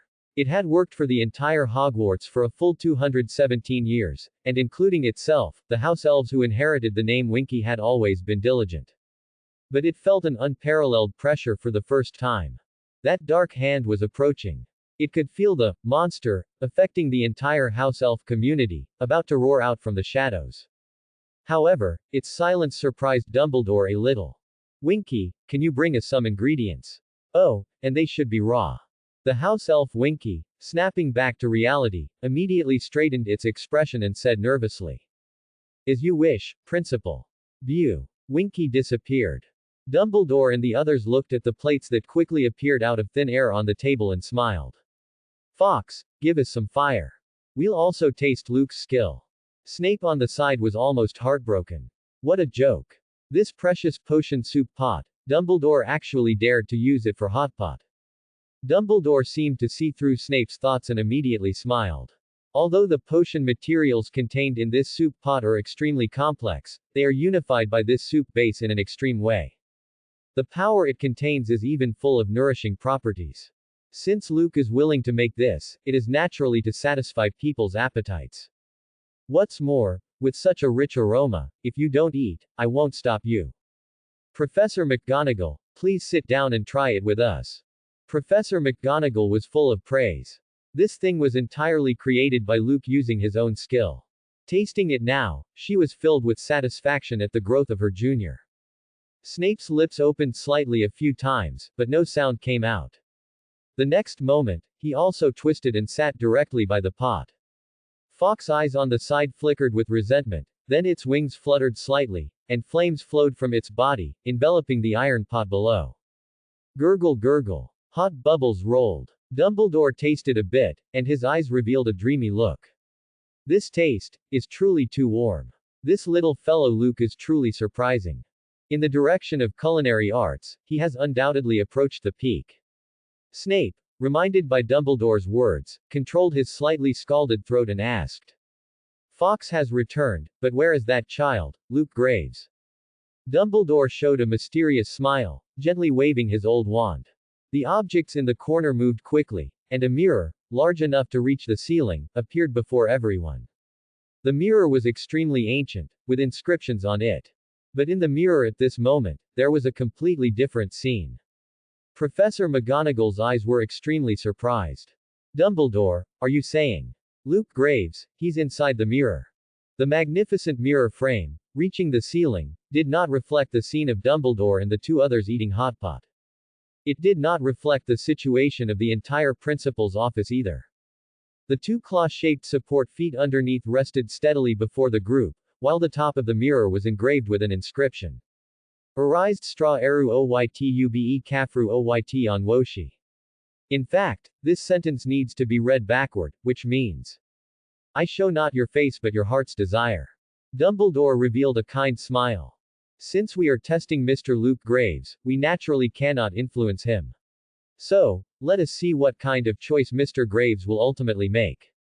And whether his aptitude is even more amazing than we imagined. Ripples like water patterns constantly spread across the mirror surface as Dumbledore waved his wand. And the line of runes above shimmered with intense magical radiance. The writing on the mirror became increasingly blurred, seemingly like a vortex. Professor McGonagall and Snape finally saw the specific situation inside. In the empty, uninhabited space. A vast piece of parchment was spread out, the writing on it clearly visible, even accompanied by diagrams and the operational trajectories of magic nodes. Snape's gaze merely swept over it, and he immediately sat up nervously. His eyes stared intently at the writing on the parchment, and like Luke in the mirror, he was instantly drawn by the magic knowledge. Snape looked up at Dumbledore, his expression filled with doubt and alarm. Are you sure this knowledge is something Luke should be exposed to right now? You are forcing him to make the wrong choice. Who can resist temptation when presented with power? Dumbledore smiled faintly and then said. Snape, you said it yourself. How power is used depends on the person who chooses it. So let us see which one Luke will choose. Fiendfire, which represents dark arts, terror, and destruction. Or the ancient, simple Lazian fire that I meticulously prepared for him, representing eternity and the aptitude of a king. Or perhaps, he will choose the most difficult one I prepared, fire God paves the way, which I created myself. Or even select the rubbish that offers quick success but severe side effects. Which one he chooses, that is truly something to look forward to. Snape fell silent. Dumbledore spared no effort in testing Luke. With these powerful magic spells placed together, even the young Lord Voldemort would likely have drooled with desire. Even the current Lord Voldemort has only managed to master Fiendfire, and certainly has not reached the level of Grindelwald, who could combine Fiendfire with other incantations to form new fusion-derived magic. And now, Dumbledore surprisingly took out 3 magic spells of the same rank to test Luke. This was undoubtedly like using a lollipop to lure a primary school student. Or using a beautiful woman with a great figure to test a major pervert. Tell me, which wizard could withstand such a test? The so-called dark arts. It refers to the process of learning and using it, which contaminates one's mind. Various distorted views and dark depravity will also have a certain impact on the person. Unless one has extremely high aptitude and quick comprehension. Otherwise, the possibility of being contaminated will increase infinitely. Of course, these were just the 3 most important magic spells on the parchment. In another corner of the parchment, there were even magic spells like simple methods for creating flesh puppets, or even soul refining, similar to Horcruxes. These were all evil paths that offered massive short-term boosts but came with extreme side effects. Snape's face was so gloomy at this moment that it could almost drip water. Professor McGonagall next to him was naturally also nervous, her fingers tightly clasped together. After all, in her view, Luke's aptitude was completely sufficient to inherit the will and power of stone golem mobilization. But Dumbledore's meaning was very clear. Merely inheriting her skills was not enough for old Dumbledore to use such a method to test him. Dumbledore, was this centenarian White Devil King planning to take a disciple? This showed too much hope for Luke. She hoped this child wouldn't choose wrongly, or at least not make her misjudge him. The atmosphere among the 3 slowly became subtle, even anxious. Although Snape was still continuing to cook vegetables with Dumbledore and the others, his fingers would occasionally pause. Dumbledore, no one can resist this kind of temptation. Dumbledore chuckled. Snape, do you have so little faith in the young wizard you favor? How about we make a bet? Upon hearing Dumbledore's words, runes intertwined in Snape's eyes. Great master rank occlumency. When it came to betting, Dumbledore had never lost. But since this concerned Luke, whom he favored, he didn't know whether to refuse or what to do, so he could only seal off all his emotions and thoughts. They only heard Dumbledore continue. If Luke passes the test, then Snape, I hope you can pass on all your unique skills to him. Silence. Still silence. After a moment, Snape flicked his sleeve and coldly snorted. Headmaster Dumbledore, you are playing with fire. Dumbledore narrowed his eyes, the steam from the hot pot clouding his glasses. Then I shall take that as your agreement, Severus. As long as he can prove himself, I might be able to guide him to see some of the sights on the magic dhow that few have ever witnessed. Luke, who was in the space within the mirror of her eyes, looked around. This unknown space was full of illusion. Fawkes was clearly supposed to lead him to the principal's office, but now, he had arrived in this strange space. No sound came from the surroundings. The only thing existing in the space was that vast expanse of neatly written, beautifully scripted magic knowledge. After his gaze fell upon it, his eyes couldn't help but narrow slightly. This knowledge, any single piece, if taken out, would definitely be classified as forbidden knowledge among forbidden books. Yet, at this moment, they were laid out brazenly before him. Luke's expression hardened, and the magic within his body subtly surged. Magic modified Marauder's map, activate. The Marauder's map reappeared. However, in the view of Dumbledore and the others, Luke merely seemed to be waving his wand, pointing randomly at the air. But Luke himself was very certain. He was indeed currently inside Dumbledore's office, yet this space was completely unfamiliar. Luke was almost certain. This was a test from Dumbledore. Understanding immediately, he instantly smiled. Dumbledore is indeed still his original self. After being successively hurt by Grindelwald, his lover, and Lord Voldemort, his good student, Dumbledore selectively screens young wizards with aptitude. There is no doubt about this point. But for Luke, this massive and complex knowledge had no effect on him whatsoever.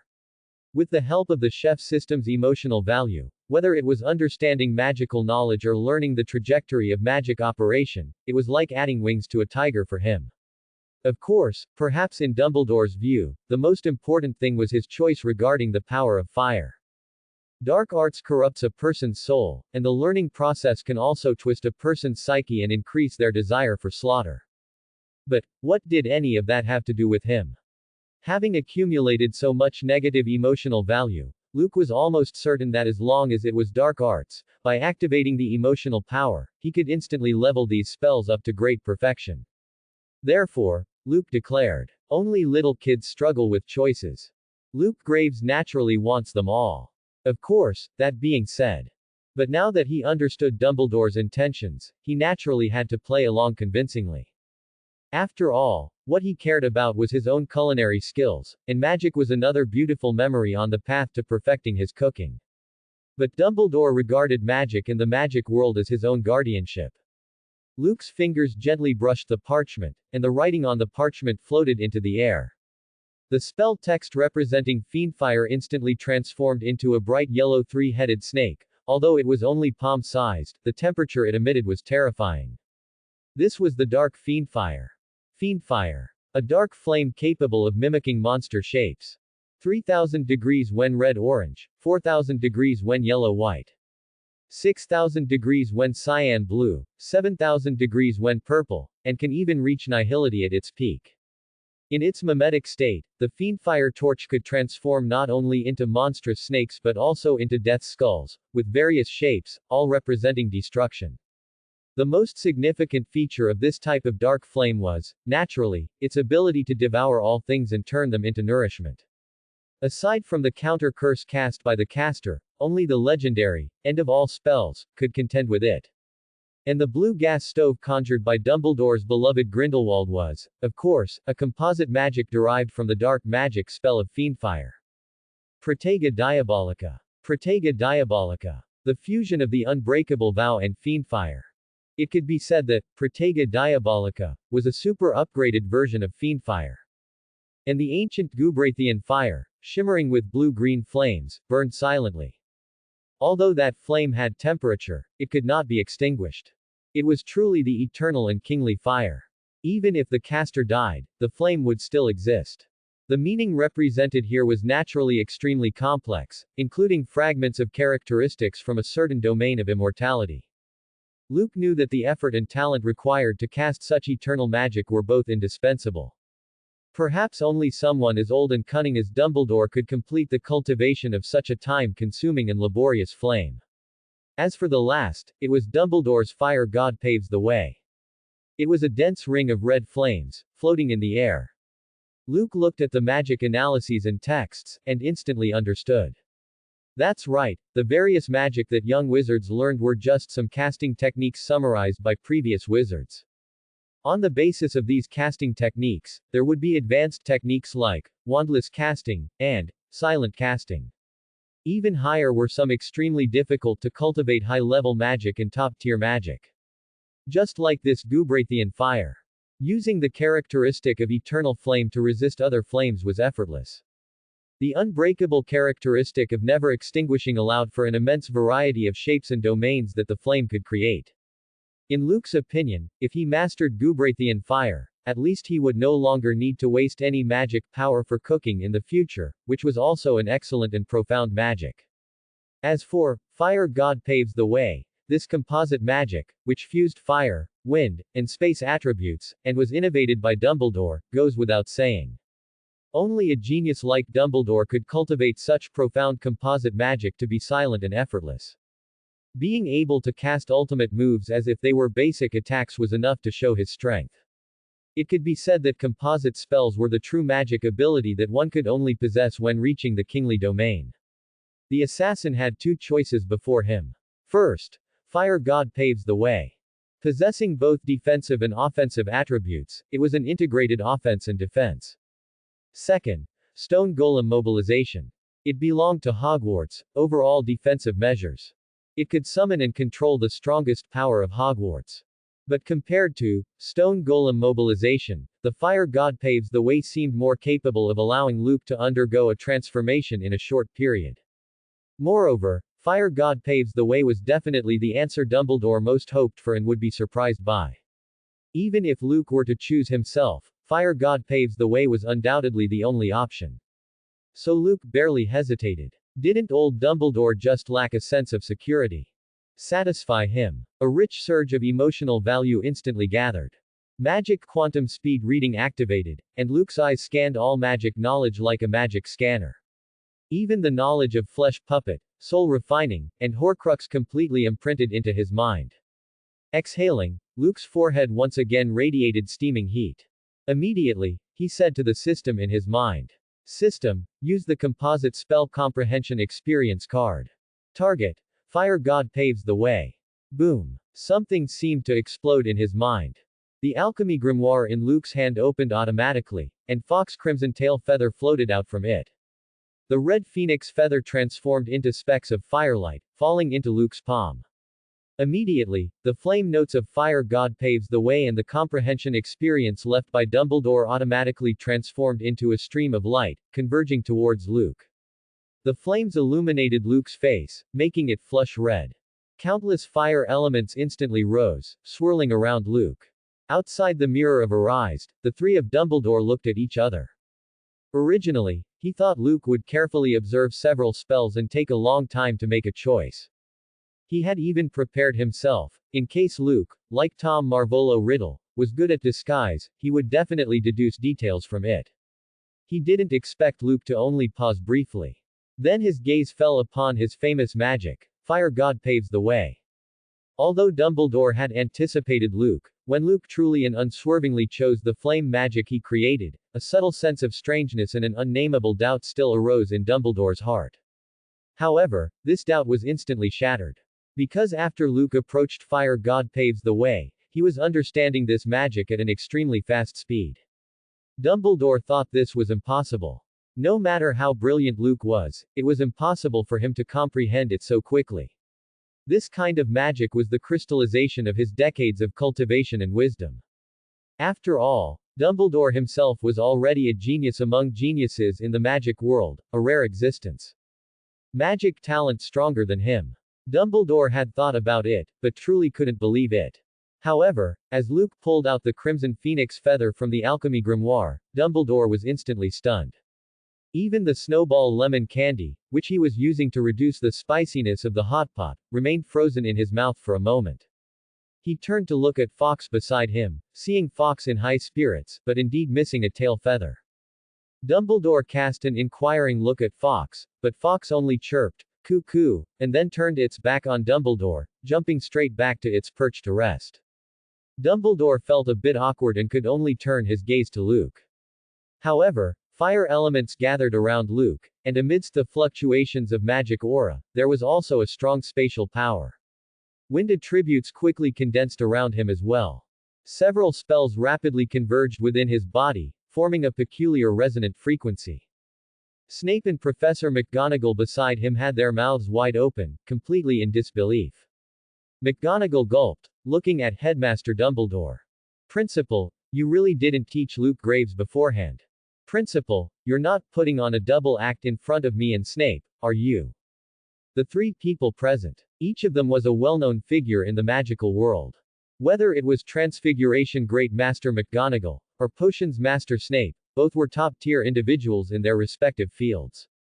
Not to mention Dumbledore, the top-tier extraordinary wizard with extremely strong credibility and influence worldwide. To make all three of them reach this level of surprise simultaneously. One can imagine how terrifying the ability Luke was displaying at this moment was. The influx of a large amount of emotional value and the fusion of knowledge allowed Luke's understanding of Fire God Paves the Way to grow rapidly. Coupled with his already deep insights into basic fire magic, and having mastered the advanced magic, extension charm, due to Shyvana's situation. And the Marauder's map, after the system upgrade, had transformed into a magical item with spatial attributes. Under a series of blessings, the current speed was not surprising. After all, spells learned through self-study were unstable, but the foundation infused with emotions was solid and reliable.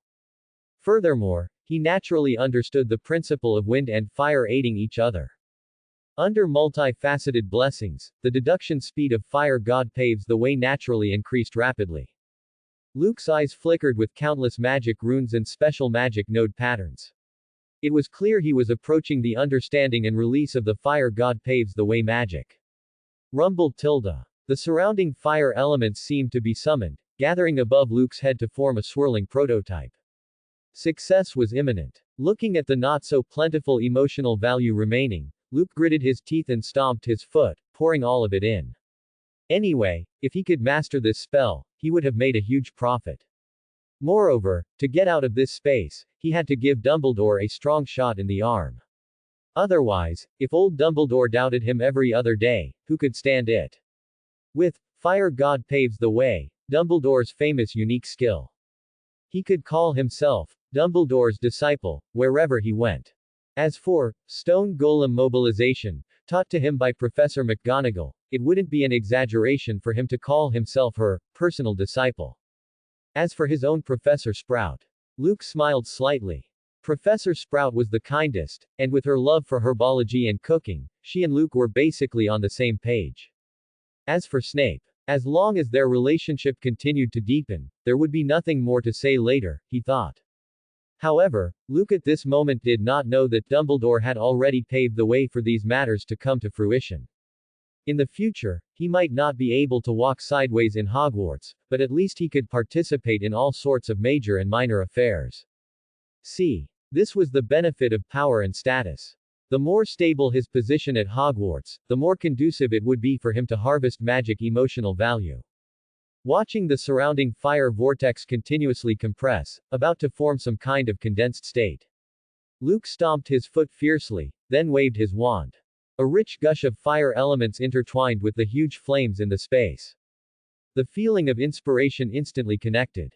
Luke only felt that the fire elements were like an extension of him. In a breath, the surrounding flames completely merged with him. Luke gently waved his wand, drawing a circle around him. The rich flames completely rolled, forming a huge crimson donut in the air. The flames continued to surge. Luke continued to wave his wand. Boom! The surrounding flames exploded, and the fire ring surged outwards, pushing everything away, creating an extremely strong attack. Luke then raised his hand and lowered his wand. The acacia wood wand with faint golden specks immediately retracted its magic. The fire ring retreated and rolled back, continuously condensing and compressing, finally forming a dense flame barrier around Luke. Within the flames, there seemed to be the cry of a phoenix. Luke's face showed joy. It seemed that Fawkes's extremely precious feather had produced some strange change. He had used all his emotional value for this moment. He hoped that with Dumbledore's level as a top-tier extraordinary wizard, he would appreciate this extreme maneuver. Although Luke was quite satisfied with the magical effect he had created at this time, he ultimately did not have a deep understanding of Dumbledore's true strength. In his memory, everything about Dumbledore was an invincible existence. But to what extent, he really didn't know. After all, opportunities for old Dumbledore to make a move were too few. Even when he did, he appeared calm and composed, which was not something someone at Luke's level could comprehend. Thinking of this, Luke felt a touch of nervousness. He looked at the surrounding space, his eyes clear. Did he pass this assessment after all? Whether it was the spell he chose or the talent he displayed, Luke believed he had done the best he could think of. The rest was up to fate. Outside the mirror, the three were eerily silent. Fawkes let out a clear cry and flew up, landing above the mirror. It could feel that within the mirror of her eyes, there seemed to be a surging flame power of the same origin. The sensing from that little guy named Luke was getting stronger and stronger. And Professor McGonagall's question made Dumbledore somewhat embarrassed. But this couldn't be blamed on Minerva McGonagall. After all, even Snape, who was beside them, was clearly a bit disbelieving that Dumbledore had no behind-the-scenes manipulation at all. Dumbledore stroked his snow-white beard, his half-moon spectacles filled with appreciative light. He said steadily, "This child's magical talent seems to be close to Grindelwald's in his youth. I believe my talent is still a bit distant from Grindelwald, but this child can already rival him in fire magic. No, in other aspects, this child is definitely not inferior to others either. What do you two think of the magic he chose?" Professor McGonagall and Snape exchanged glances. McGonagall's lips curved slightly upwards, and she subtly glanced at Dumbledore, who was showing a kind smile. "I have always believed that this child has a gentle nature and is a rare good seedling. And his transfiguration is very much to my liking. I am willing to give him a spot for the inheritance of stone golem mobilization, so what opinion could I have? I can only say, he did not disappoint me." Dumbledore's gaze turned to Snape again, and the smile on his lips deepened. "Severus, what do you think?" Snape looked at that smile, secretly muttering to himself. "What to look at? Don't you know yourself?" Who knew Dumbledore would continue? "This child and Harry are completely in two different directions. Harry is the ultimate choice in the prophecy to fight Lord Voldemort. And Luke, perhaps, can support the backbone of Hogwarts. Snape, a side note. I hope that when it comes to Harry, you can listen more to Luke's suggestions. After all, those two children are very close, and Harry's character also needs our attention. Don't invest too much emotion into the influence brought by James. Snape's face instantly turned cold, he spread his hands, and his tone was icy. Principal Dumbledore, I choose to sit and watch. And, don't mention that scumbag James to me. Clearly, Snape was already somewhat exasperated. Dumbledore said no more, only looking at Luke in the space, showing a gentle smile. Then, there's one last test, and then I should make my choice. As Dumbledore's elder wand gently waved, the magical runes on the mirror of Arised immediately began to change again, and all the surrounding images of Luke gradually dissipated. Luke was then automatically pushed out by the originally empty space. Feeling the faint spatial power, Luke knew that the trial must be over. He reappeared in the principal's office. Seeing that Dumbledore, Professor McGonagall, and Snape were all looking at him, Luke nodded knowingly. As he expected, Dumbledore and the others were testing him. However, the result was a bit tense. After all, Hogwarts had big legs to rely on. And these three in front of him could almost be considered the three thickest in Hogwarts. If he could rely on these three, what else couldn't he discuss?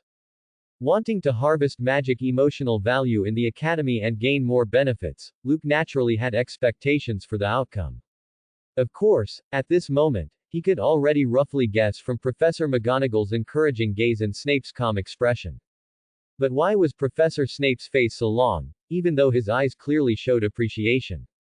Among the three present, who would dare to displease Snape? Did Headmaster Dumbledore say something again? Luke was guessing, unaware that he was already closest to the truth. And Dumbledore finally spoke. Luke, the series of things you've done are truly unbelievable. Your wisdom and bravery shown during your trip to the Forbidden Forest moved even me. Of course, the hot pot base you made, named Spicy Hot Pot, was even more surprising. Even our youngest potions master, Professor Snape, is full of praise for you. You can always come to him with any questions you have in the future. Snape heard Dumbledore's presumptuous remark and immediately snorted coldly, turning his head away. As if unwilling to admit it. Dumbledore didn't mind and continued.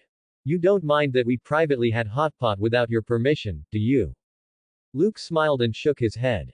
The reason for having Phoenix Fox bring the hot pot base was to let Dumbledore know everything. After all, too many rare magic materials were added to it. If it were wasted directly in the Forbidden Forest, those magical creatures would probably start fighting fiercely. Only Dumbledore could handle this gift from the magical creatures. Seeing Luke so well behaved, Dumbledore's expression became even gentler. We completely saw your performance in the Mirror of Arised just now. I never thought your speed in learning magic could be so terrifying, it truly surprised me. To be honest, your understanding and comprehension of Fire God Paves the Way were already extremely high. In such a short time, you've absorbed about 70 to 80% of my decades of fire magic insights. I even feel like my old age has landed me in Cerberus's stomach. Luke immediately scratched his head and said sincerely to the three, a little embarrassed. Professor Dumbledore, you overpraise me. Actually, learning magic sometimes depends on timing. It's just that I was in really good shape today, which is why I was lucky enough to complete this magic. If I were in a state where my emotions were scarce, I might not be able to learn it even if I tried for 10 days, half a month, or even several years. Luke spoke with sincerity, as he had just gone all out, investing all his recent emotional value into the deduction of Fire God Paves the Way to achieve his goal. If he were asked to do it again now, he wouldn't be able to, even if it killed him. However, these words, when they reached Dumbledore's ears, sounded a bit like a humblebrag. Dumbledore couldn't help but bite his lip slightly, his raised mouth corner twitching. But he looked at Luke and still asked kindly. I want to ask you, why did you choose the Fire God Paves the Way magic? After all, in terms of difficulty, Fire God Paves the Way is almost the most complex of these spells. But in terms of attack power and practicality, the ability of Fire God Paves the Way can only be said to be average. A combination of offensive and defensive spells can still achieve such an effect. I want to know why you chose Fire God Paves the Way, and not a spell like Fiendfire. After all, Fiendfire has stronger destructive power. Even Ancient immortal fire, a legendary fire that represents eternity and the belief of a king, would, to a certain extent, change some of one's luck after possessing it. And other small spells could quickly improve your strength in a short time. Why didn't you choose them?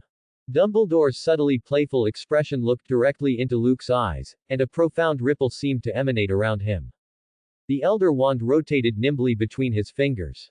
On several fingers, the fiery aura of Fire God paves the way, the bright yellow flames of the three-headed fiendfire, and even the blue-green fire of the ancient immortal fire appeared.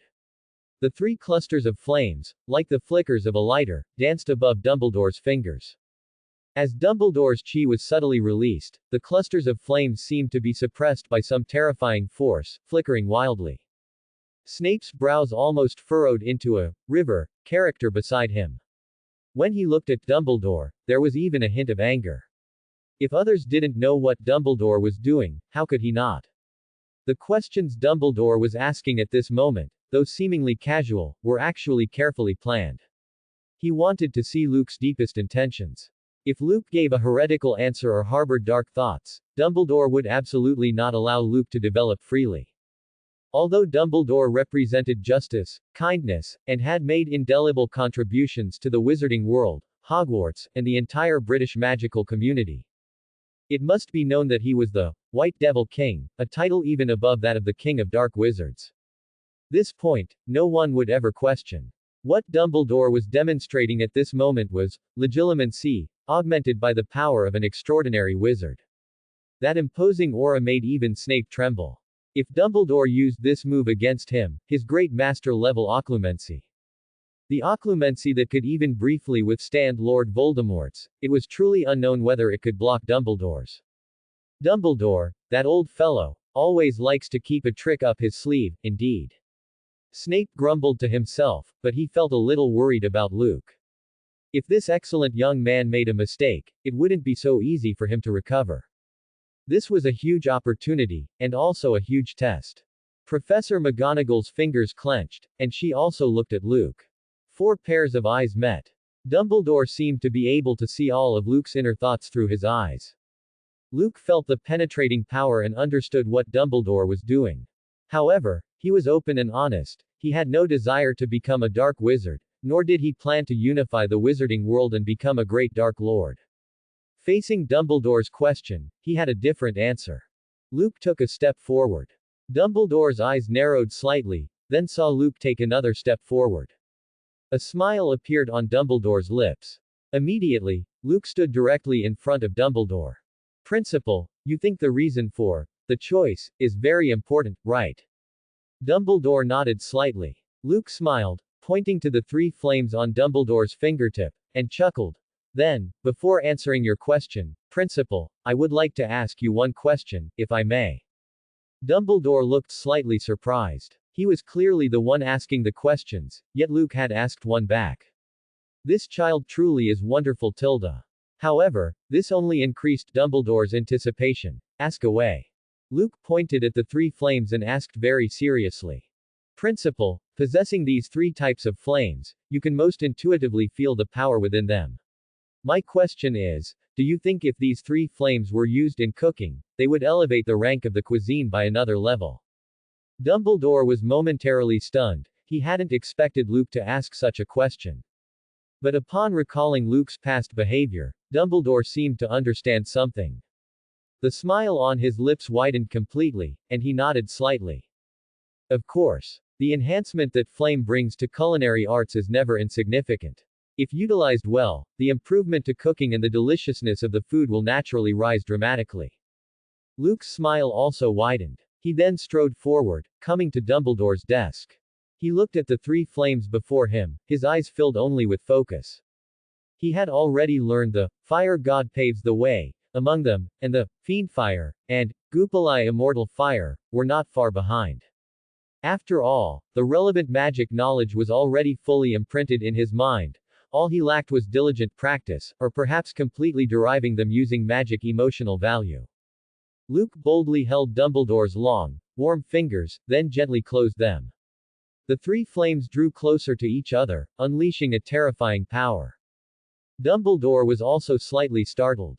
Why did this child touch them?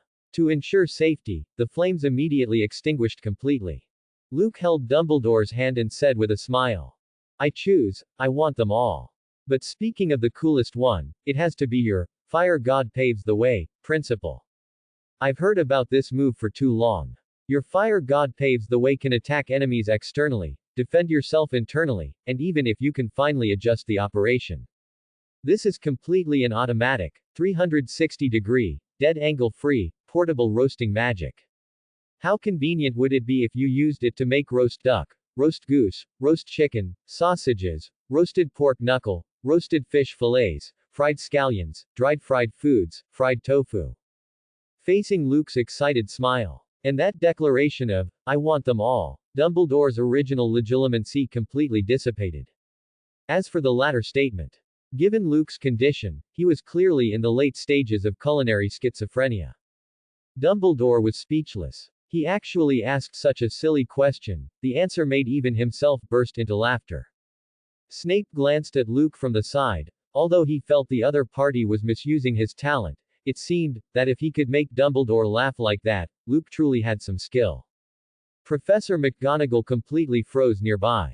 She had originally worried that Luke would give some outlandish, or even dark, answers. Who would have thought that Luke's answer would be like this? Although slightly greedy, learning these terrifying and powerful magic spells was actually all for the sake of cooking. Could this child truly not be saved? McGonagall's stiff hand could not be retracted no matter what.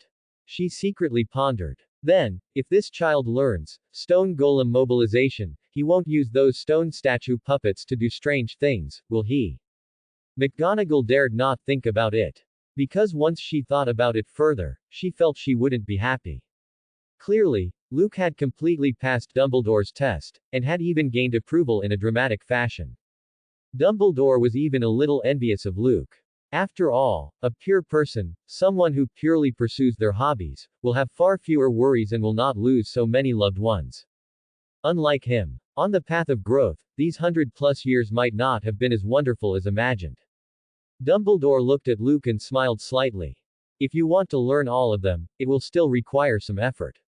However, upon saying this, he suddenly couldn't continue. Since he had practically mastered Fire God Paves the Way, other magic would likely not stump Luke either. The study of dark arts requires caution. Dumbledore looked at Luke. You may learn them, but it must be under my supervision and guidance. Mr. Graves, do you have any other questions? Luke shook his head slightly. But at this moment, the system prompt sounded in his mind. Ding! Congratulations host, you have triggered long-term task 6, Flame Prince. Task goal, trick Dumbledore into trying sweet dark cuisine 3 times. Task reward, Fiendfire, Goopali Immortal Fire, and Fire God Paves the Way 3 Fire Fusion, obtaining Divine Fire Shield Automatic Defense Edition. Before Luke could express his surprise, he heard Dumbledore continue. Of course, given your excellent performance, there is one other matter I would like to invite you to participate in. This school year, I presume you have learned about a few things. Our Savior, Mr. Harry Potter, needs to grow, and he needs the care of the professors and you, Luke. In this situation, we must test his courage and guard something unusual. Dumbledore directly pulled out a highly faceted red crystal from his pocket. It looked like a piece of red glass pried out of some abandoned glass factory. If it were before, Luke would naturally scoff. But now that he possessed magic, when he saw this red crystal, his eyes were filled with shock. The magic power contained in this thing was too terrifying, and the magic energy was extremely complex. Anyone with even a little strength would be startled by the nuclear reactor-like energy inside if they observed closely. Dumbledore explained with a smile. This is the legendary Philosopher's Stone. My old friend Nicholas Flamel entrusted it to me for safekeeping years ago. Now I need you and the professors to set up a series of obstacles to protect this item. Consider this your first test. Of course, everything discussed now must be kept completely confidential. As he spoke, Dumbledore's wand lightly touched Luke's hand, and an imperceptible golden trace connected with Dumbledore before disappearing. This is merely a secrecy charm similar to the Fidelius charm. I hope you understand. Luke nodded. Goodness, is this the Philosopher's Stone? It is indeed more terrifying and mysterious than the legends say. It lives up to its reputation as a marvel capable of turning base metal into gold and granting eternal life. This item concerns not only the soul but also the body. It seems to contain fragments of the rules of immortality, melted down by alchemical magic. Luke roughly guessed. Yet, right at this moment, the Philosopher's Stone faintly glowed red. Countless tiny specks of power floated out of the hot pot they had just been cooking in, and were completely absorbed by the Philosopher's Stone. The soup base in the cauldron completely turned into a pot of clear water. What was even more surprising was a red crystal, about the size of a fingertip and more than 10 times smaller than the adjacent Philosopher's Stone, appeared beside it. For the first time, astonishment appeared in Dumbledore's eyes. This is a new Philosopher's Stone derived from the Philosopher's Stone. This change in the Philosopher's Stone made the few people present lean in to look. After all, the reputation of the Philosopher's Stone was truly immense. Nicholas Flamel, that old man, has lived longer than even a third of Dumbledore's life. It could be said that Nicholas Flamel was the most ancient, old antique, in the entire magical world. Of course, among those publicly known. At this moment, seeing that the Philosopher's Stone had actually derived a new cluster of red crystal through Luke's cauldron base, it was impossible for the crowd not to be astonished. Dumbledore's slender fingers pinched it, and then he extended his wand, sensing it carefully for a long time before looking at everyone with slight regret and saying, "It is a great pity that this newborn gem, assimilated by the Philosopher's Stone, does not possess characteristics for long-term use. Of course, it also possesses some special power. Unlike the inherent attributes of the Philosopher's Stone, immortality and the ability to turn base metal into gold, the power of this crystal cluster leans more toward enhancing the effects of potions. Naturally, it is a consumable that decreases with every use, but it is still a very nice unexpected gain." Dumbledore's fingertip traced the stone, which was about the size of a thumbnail, and his slender fingers deftly twirled it around his fingertip. A moment later, he pushed the gem toward Luke. Luke was slightly surprised. After all, no matter how common this item was, it was still a derivative of the Philosopher's Stone. It was possible that the original Philosopher's Stone had consumed a massive amount of magic power, yet Dumbledore was now directly handing it over to him. Even if this item was not as powerful as the Philosopher's Stone, its unique attributes were still astonishing. Luke could feel that Snape, standing beside him, was also extremely interested in it. Luke's lips moved slightly as he looked at Dumbledore. "Is this truly for me?" Dumbledore smiled faintly. "I believe this item might have a special purpose for you. As for Snape, as a potions master, you should not think about taking such shortcuts. After all, whether it is magic or potion, every step upward requires an extremely solid foundation. And our Luke is just moving faster in the early stages." Snape snorted coldly, which counted as an acknowledgement of Dumbledore's assessment. Professor McGonagall also nodded slightly beside him, smiling. "Since Dumbledore told you to accept it, then accept it. Just remember to keep it a secret." Luke nodded. In fact, within a short period, he had already considered several uses for this pseudo-philosopher's stone. If previously the gap between his potion brewing techniques and Snape's was too vast, making him unsuitable for brewing the advanced potions for the Handmaiden Knight Order, then now, with this pseudo-philosopher's stone, he even had much more certainty of success. However, all of this could only be considered in the late stage. For now, since Snape and he had a decent relationship, perhaps he could ask Snape to try helping him brew some. After all, Snape was free labor. Might as well use him. Snape could endure even Dumbledore's high-intensity exploitation happily. Then Luke's small request might also not be an issue. He acted immediately upon his thought. Luke's gaze turned towards Snape beside him, speaking with extreme sincerity. "Professor Severus Snape, I have an impudent request. There is a special potion formula that I am currently incapable of brewing perfectly. I hope to receive your explanation and assistance. Of course, the quantity is quite large, and it might take up some of your time." Dumbledore looked at Luke, who was making a small demand like a lion, and immediately started laughing. "I told you, Snape will teach you a lot of useful knowledge. If you have needs, go find him immediately. I imagine Snape will certainly be happy to accept." Snape, Hearing Dumbledore forcibly adding lines for him again, was extremely displeased, but he was also afraid that Dumbledore would bring up past events and old feelings. Then he would truly be, socially dead, in this place. He looked coldly at Luke and asked, "What potion do you want to brew?" "Let me say this first, do not bring out rubbish potions, it is a waste of time." Luke took out a quill and quickly wrote on the parchment. The potion formula recorded from the badge for advancing the power of the Handmaiden Knight Order, he exchanged for appeared vividly on the paper. Snape only glanced at it, and his brow furrowed fiercely.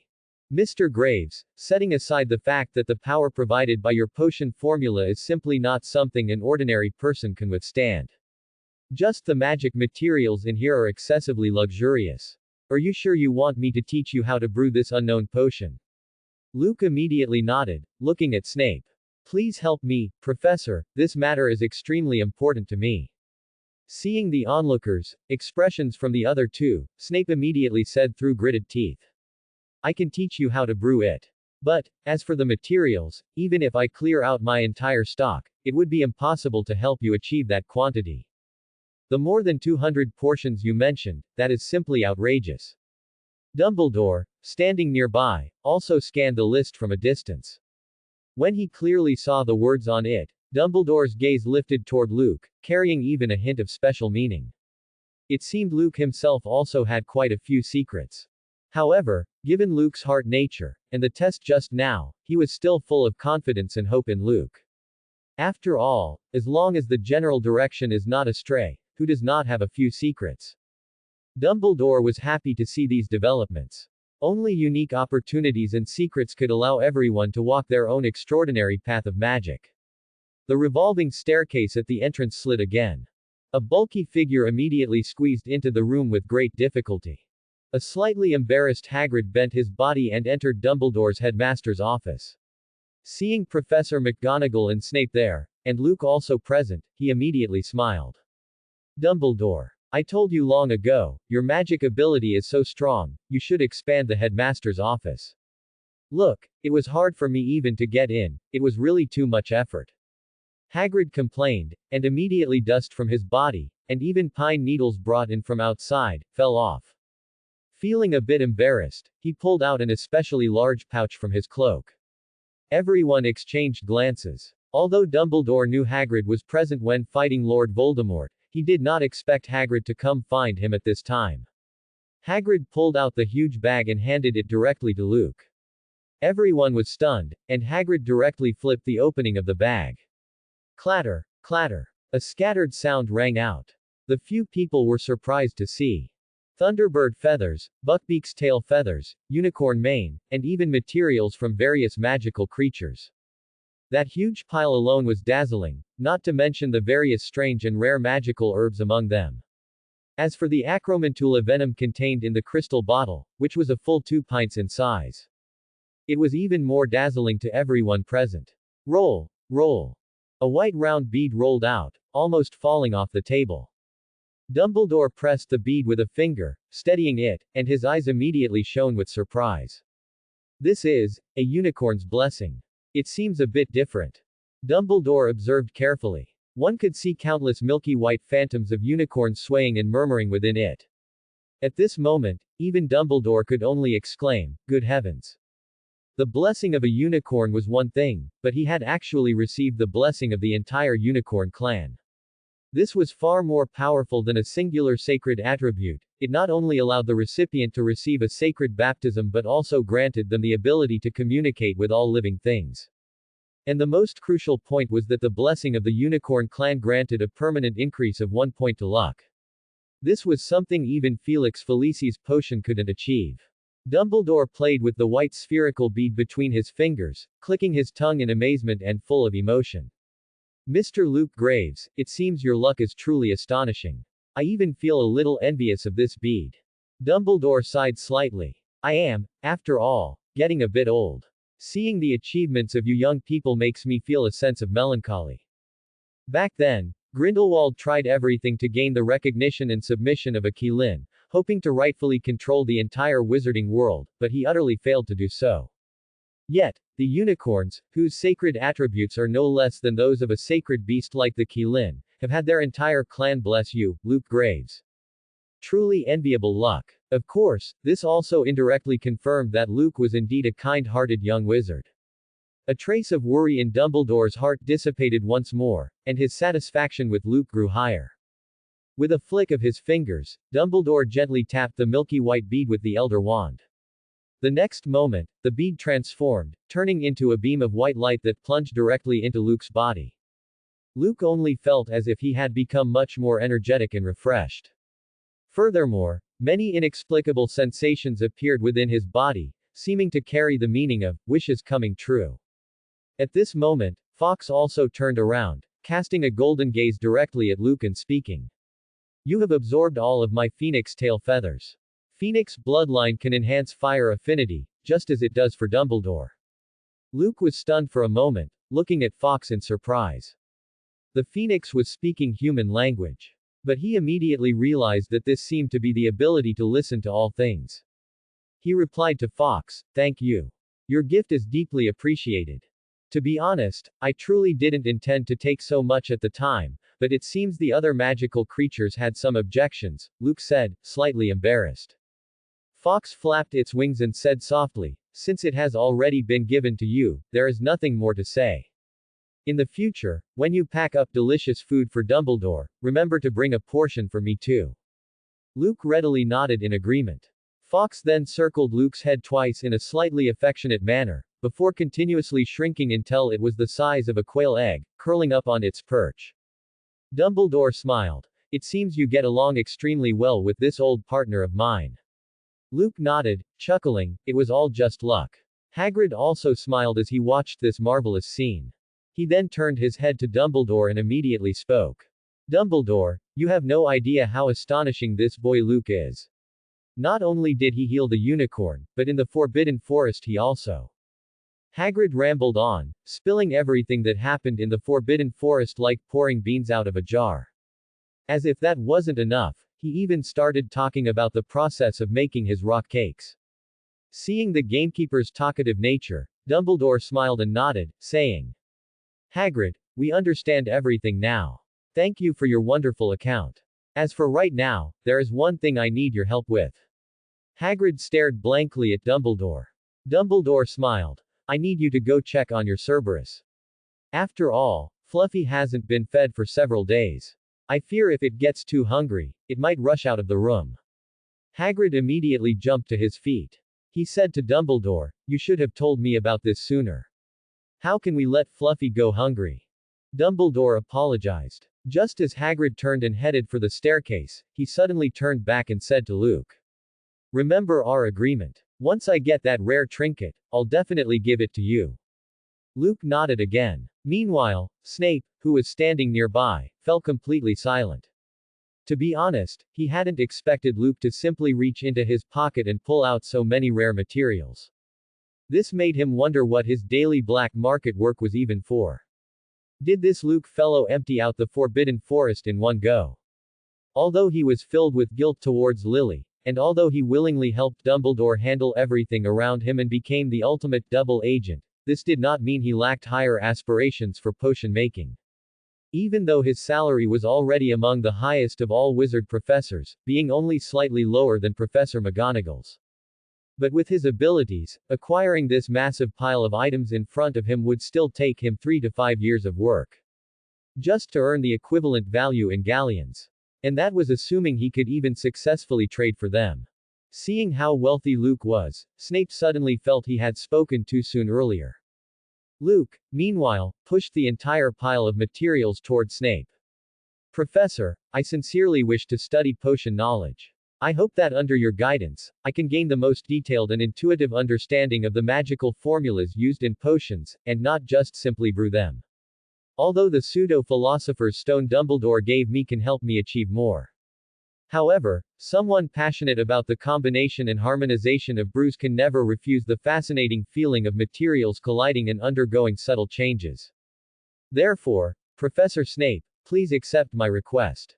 Luke's words were extremely sincere and direct. These words, however, scratched the itch deep within Snape's heart. That's right. Learning potions required not only diligent practice and excellent dexterity. More importantly, it was about pursuing the changes in the mutual ratios between ingredients and the underlying magic truths contained within. This was something that other young wizards, who merely followed instructions and struggled to even brew a perfect batch of potion, could not possibly understand. Among those present, perhaps only Dumbledore could reach the kind of realm he desired. However, when it came to Dumbledore, it wasn't about what he was proficient in, but rather what he wasn't. Discussing things with Dumbledore was simply too boring. Moreover, Dumbledore always seemed to have endless things to attend to, so Snape had abandoned this idea a long time ago. Now, hearing Luke's proposition, he found himself unable to refuse. Looking at the pile of materials, Snape waved his wand, and the materials and the parchment scroll were instantly swept into his robes. Clearly, Snape also possessed items enchanted with the extension charm. The cold Snape looked at Luke and said, "I will go research this first. Come over when you have time later. Perhaps tonight, if I am free, we can try brewing it." Hearing Snape's words, Luke nodded excitedly.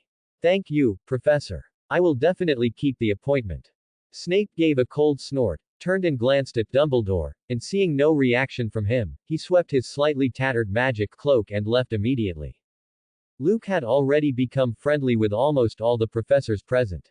He even made everyone forget that he was just a first-year student. Dumbledore smiled and said softly, "He is truly a good boy."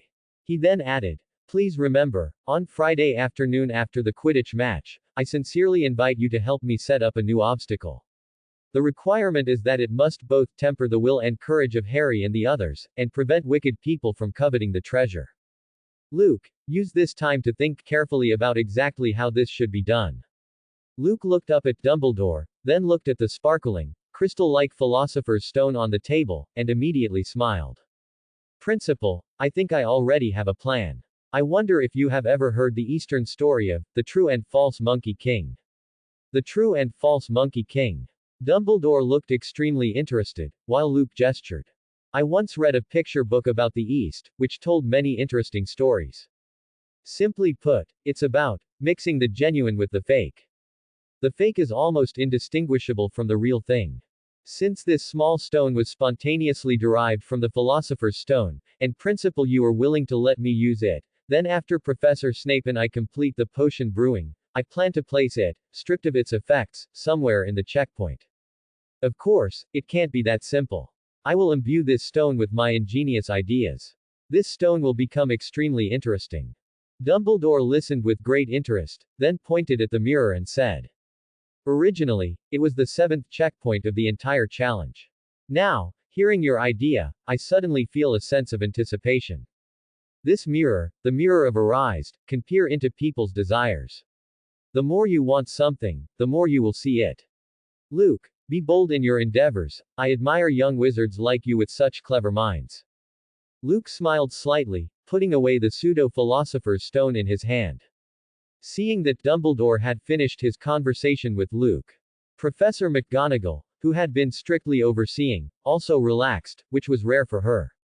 She turned to Luke and said, "Mr. Luke, please learn the relevant magic knowledge required for stone golem mobilization as soon as possible. Although your schedule is very full, please note, if you do not meet my requirements within a short period, I will still prohibit all your activities related to setting up stalls at school. After all, if you save that time for studying magic knowledge, Luke, you will surely grow into an excellent young wizard admired by Hogwarts very quickly." Luke listened to Professor McGonagall's instructions and immediately felt a little speechless. If his stall time were completely removed, his learning speed would probably be slower than an old ox pulling a broken cart. The professor and the others were still too naive. May I ask, how can a young wizard with a magic chef system abandon his golden finger? The answer is, completely impossible. But Professor McGonagall was so kind and cared for him so much. She even brought out her most treasured abilities. Luke naturally couldn't fail to repay her kindness, so he decided that he must vigorously harvest a wave of emotional value to meet Professor McGonagall's requirements. After all, he was confident he could provide Hogwarts with a unique army of puppets. Just thinking about it made him excited. As the sun set and the moon rose, 3 days and nights passed in a blink of an eye. Hogwarts, however, was stirred by a considerable wave because of it. That was, Dean Snape, who was in charge of Slytherin, had been missing for 3 full days. At the same time, Luke of Hufflepuff had also been missing for 3 days. The two of them had completely vanished from the entire school's site, as if they had evaporated into thin air. For a time, various rumors were rife. Some said that Luke had entered the Forbidden Forest and never returned, and Professor Snape had gone to investigate Luke's whereabouts. Some said that Luke might have been attacked by a dark wizard and might now be lying in St. Mungo's hospital, while Snape was responsible for treatment and making restorative potions. Some even said that they saw Luke flying on a white, winged horse, with Professor Snape chasing frantically behind him on a broom. In short, the rumors grew increasingly outlandish. Even Dumbledore's reassurances during breakfast couldn't stop everyone from whispering about it in private. However, Luke and Snape, the main characters, were currently staring with bloodshot eyes, their dark circles terrifyingly thick. Their hair was a mess like a bird's nest, and they stared wide-eyed at the cluttered magic materials on the table and the bubbling potion in the cauldron. Snape's fingertips once again surged with magic power. A faint green vortex swirled in the soup pot. Now, Luke immediately pulled out the pseudo-philosopher's stone. Magic power surged from within it, and their eyes were fixed on the potion. A moment later, the liquid turned golden yellow, carrying a mysterious power. Snape finally let out a sigh of relief and looked at Luke, saying, "The complexity and difficulty of brewing this potion were simply beyond imagination. Luke, where did you get this thing?" Luke was momentarily a little embarrassed and could only vaguely say, "I just got it by chance." Snape didn't ask further, just said coldly, "I don't care where you got it, but the power of this potion is indeed somewhat terrifying. From my deduction, a normal wizard would absolutely be unable to consume this potion. Even an extraordinary wizard like Dumbledore, this power would instantly tear through his body. You should know that the foundation of a wizard lies in the source of magic power and the core of magic power, and the potion you made is somewhat unorthodox. I even suspect whether you saw something you shouldn't have in the restricted section." Luke quickly waved his hand. Watching Snape skillfully divide the potion into 5 portions, pour them into crystal bottles, quickly seal them with stoppers, and apply a seal. He said with a smile, "Professor, this thing is indeed complex, but believe me, I value my life more than you can imagine." Hearing Luke's assurance, Snape's expression softened slightly. However, when he looked at the remaining materials on the table, he immediately frowned. The brewing process of this thing wasted a total of 7 cauldrons of potion, only managing to brew it once, and only 5 portions. It's worlds apart from the 200 portions you need. Moreover, the materials from magical creatures are too difficult to find, and the attribute ratios within are off by a hair's breadth, leading to a 1,000-mile error. Snape gathered the materials at hand, then looked at his dazzling collection, pondered for a moment, and then said coldly, "I can only guarantee to make 10 more portions for you at most, any more is absolutely impossible. After all, my collection is also limited." Luke nodded immediately upon hearing this. Although Snape was incredibly stubborn and his face was as gloomy as if someone owed him millions of galleons, he was truly exceptional to Luke. Just the amount of raw materials for this experimental potion would deplete nearly half of Snape's inventory. To be willing to invest such a high price for him, this kindness could never be fully repaid. Their messy hair made them too embarrassed to go out and meet people. Luke was silent for a moment, then opened the alchemy grimoire and a small pouch. His wand waved. Shampoo Accio. A small green bottle flew out, emitting a faint magical aura. Snape's face was already grim, and upon hearing Luke say, "shampoo," it instantly became even more sullen. Although his hair was indeed very greasy, he refused to use shampoo. Who in the entire British magic world didn't know? The Potter family's Skele-Gro and shampoo had always been extremely popular products, with effects so good that no one in the magic world could rival them.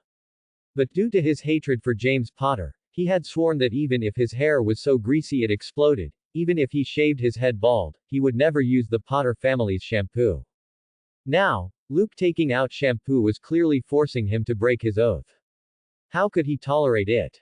But when Luke opened the shampoo bottle and it appeared, Snape paused. The appearance of this bottle was clearly completely different from the Potter family's. Luke skillfully opened the cap, and the fresh scent of mixed grass and flowers overflowed. The two felt as if they were embraced by a forest, with soft magic flowing in the air. Snape involuntarily thought of a certain memory that he had long since sealed away. Luke said with a smile, "Professor Snape, this is an herbal hair care nutrient solution I made myself based on the synergy of herbs and specific combinations. Just one drop is enough to clean the hair until it is extremely refreshed. Look at the state of the two of us, we probably can't go out and meet anyone. As the Dean of Slytherin, you are a figure of authority, and you absolutely cannot go out looking like this." As he spoke, Luke, without question, drew out 2 drops of magic shampoo and let them fall onto the ends of their hair. Countless bubbles instantly expanded and then immediately vanished. Neither of them got wet, yet this miraculous magic shampoo instantly made their hair dry and fluffy. As for Snape, when Luke looked at him, he was instantly amazed. Professor Snape's hair was usually flat and greasy, looking extremely oppressive, and paired with his gloomy face, this feeling was even stronger. However, at this moment, after using the shampoo, the fluffy texture and the star-like sheen made Luke unable to resist reaching out to touch it.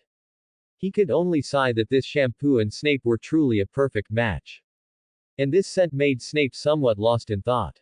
That summer, that afternoon, the same smell. Could this fellow Luke know something? Snape sat up straight and looked at Luke, and only after confirming repeatedly that he had not been affected by any legilimency magic did his expression slowly relax. The magic shampoo in Luke's hand floated toward Snape, and he said with a smile, "Professor, thank you for your selfless help. Consider this a small gift. Christmas is coming soon, and I will send you another new gift then. I hope you like it." Snape snorted coldly and said indifferently, "It's nothing. Don't just wander into my office when you're free. After all, I'm very busy. Even if you have something, you need to gauge whether I can do it. Asking for knowledge is fine, but I absolutely do not want to hear about hard tasks like brewing hundreds of portions at once ever again." Luke immediately nodded awkwardly and smiled, "Goodbye, Professor." He closed the office door. Inside the door, Snape gently stroked the bottle of shampoo and opened the lid. The scent emanating from it captivated him, and a rare smile appeared on the corner of his mouth. "Lily, how wonderful it would be if this child were related to you." Crash. The door was pushed open again, and that hint of a smile was instantly interrupted and wiped away by Luke. "What are you doing back in here?" Luke smiled faintly, "Professor, I forgot my wand." Hearing this, Snape was furious. "Now, take your wand, and leave immediately, right now." "All right, Professor, please carry on." The sky was now extremely dark. Luke walked alone inside the castle, feeling a slight chill down his spine. Fortunately, Snape's office was not too far from the Hufflepuff common room. After climbing the castle stairs, he easily entered the common room and went back to his own dormitory. Seeing that his roommates were already asleep, Luke slipped back into his own bed curtains. However, after he entered the bed curtains, the surrounding scenery seemed to be pulled open. That's right, Luke had cast the undetectable extension charm on his bed, and he had pushed the spell to its limit. Although a 2-square-meter bed was enough for him to rest, since magic existed, he naturally wanted to obtain a wider space. After all, Shyvana couldn't stay as an owl forever. He also didn't know what difference there was between Shyvana's transformation and a normal animagus. But since Shyvana possessed the bloodline of an ancient ice and fire dragon, the matter of having her bloodline awakening was still very important. Moreover, helping Shyvana was helping himself. He was extremely looking forward to the gains from the dual animagus. Currently, after battling it out for days and nights with Snape, he finally obtained 2 types of potion. One was the magic potion indicated by the system medal, which enhanced the power of the Handmaiden Knight Order. The other was a bloodline awakening potion that Luke had devised himself, existing between the sacred and the cursed, containing vitality and destruction, ice and fire. However, this potion was extremely rare, and even Luke was unsure whether it could truly awaken Shyvana's bloodline power. Now that he had slipped into the bed curtains, it was as if he had entered a small world. The surrounding space had expanded by more than 100 times, spanning several thousand square meters. And Shyvana had naturally transformed into her human form and was waiting. Seeing that Luke had finally returned, Shyvana couldn't help but sigh in relief and rushed forward to meet him. Young Master Luke, if you hadn't come back, I truly would have broken out. Luke patted Shyvana on the shoulder. He always treated this loyal head maid with the greatest tenderness. I have developed a potion that might enhance your bloodline power. Shyvana stared at the drop of black and white potion in Luke's hand, and a certain inexplicable call arose within her body. Young Master, this thing, it looks so delicious, I really want to absorb it. Seeing Shyvana's reaction, Luke finally breathed a sigh of relief. It seemed his brewing direction was correct. However, he was unsure whether this single drop was enough, or if it would cause harm to Shyvana. As if sensing Luke's worry, Shyvana quickly took the crystal vial and tilted her head back, pouring the potion into her mouth. Whoosh! A special magic fluctuation immediately ignited around Shyvana. The antennae on her head grew wildly at this moment, and her originally shoulder-length hair rapidly extended, even spreading down her back. Her strands of hair emitted red and blue magical radiance, which then underwent fusion and disappeared, finally turning into a fantastical purple color. Shyvana, are you alright? Shyvana was currently kneeling, her eyes filled with determination, clenching her teeth tightly. The magic power in her body was skyrocketing. Luke could feel that if Shyvana were to fully erupt right now, even if she only released magic within a limited area, she alone could probably cut him down 5 times over. And that power was still increasing. Whoosh! Whoosh! The surrounding aura was chaotic, and magic power raged wildly. Just as Luke was considering what kind of magic to use to suppress it, Shyvana suddenly let out a sharp cry. The sound carried a strange rhythm, like the roar of a giant dragon. That was ancient dragon language magic. Luke, who had seriously studied the knowledge of ancient dragons, was instantly astonished. It seemed Shyvana had indeed achieved her talent awakening.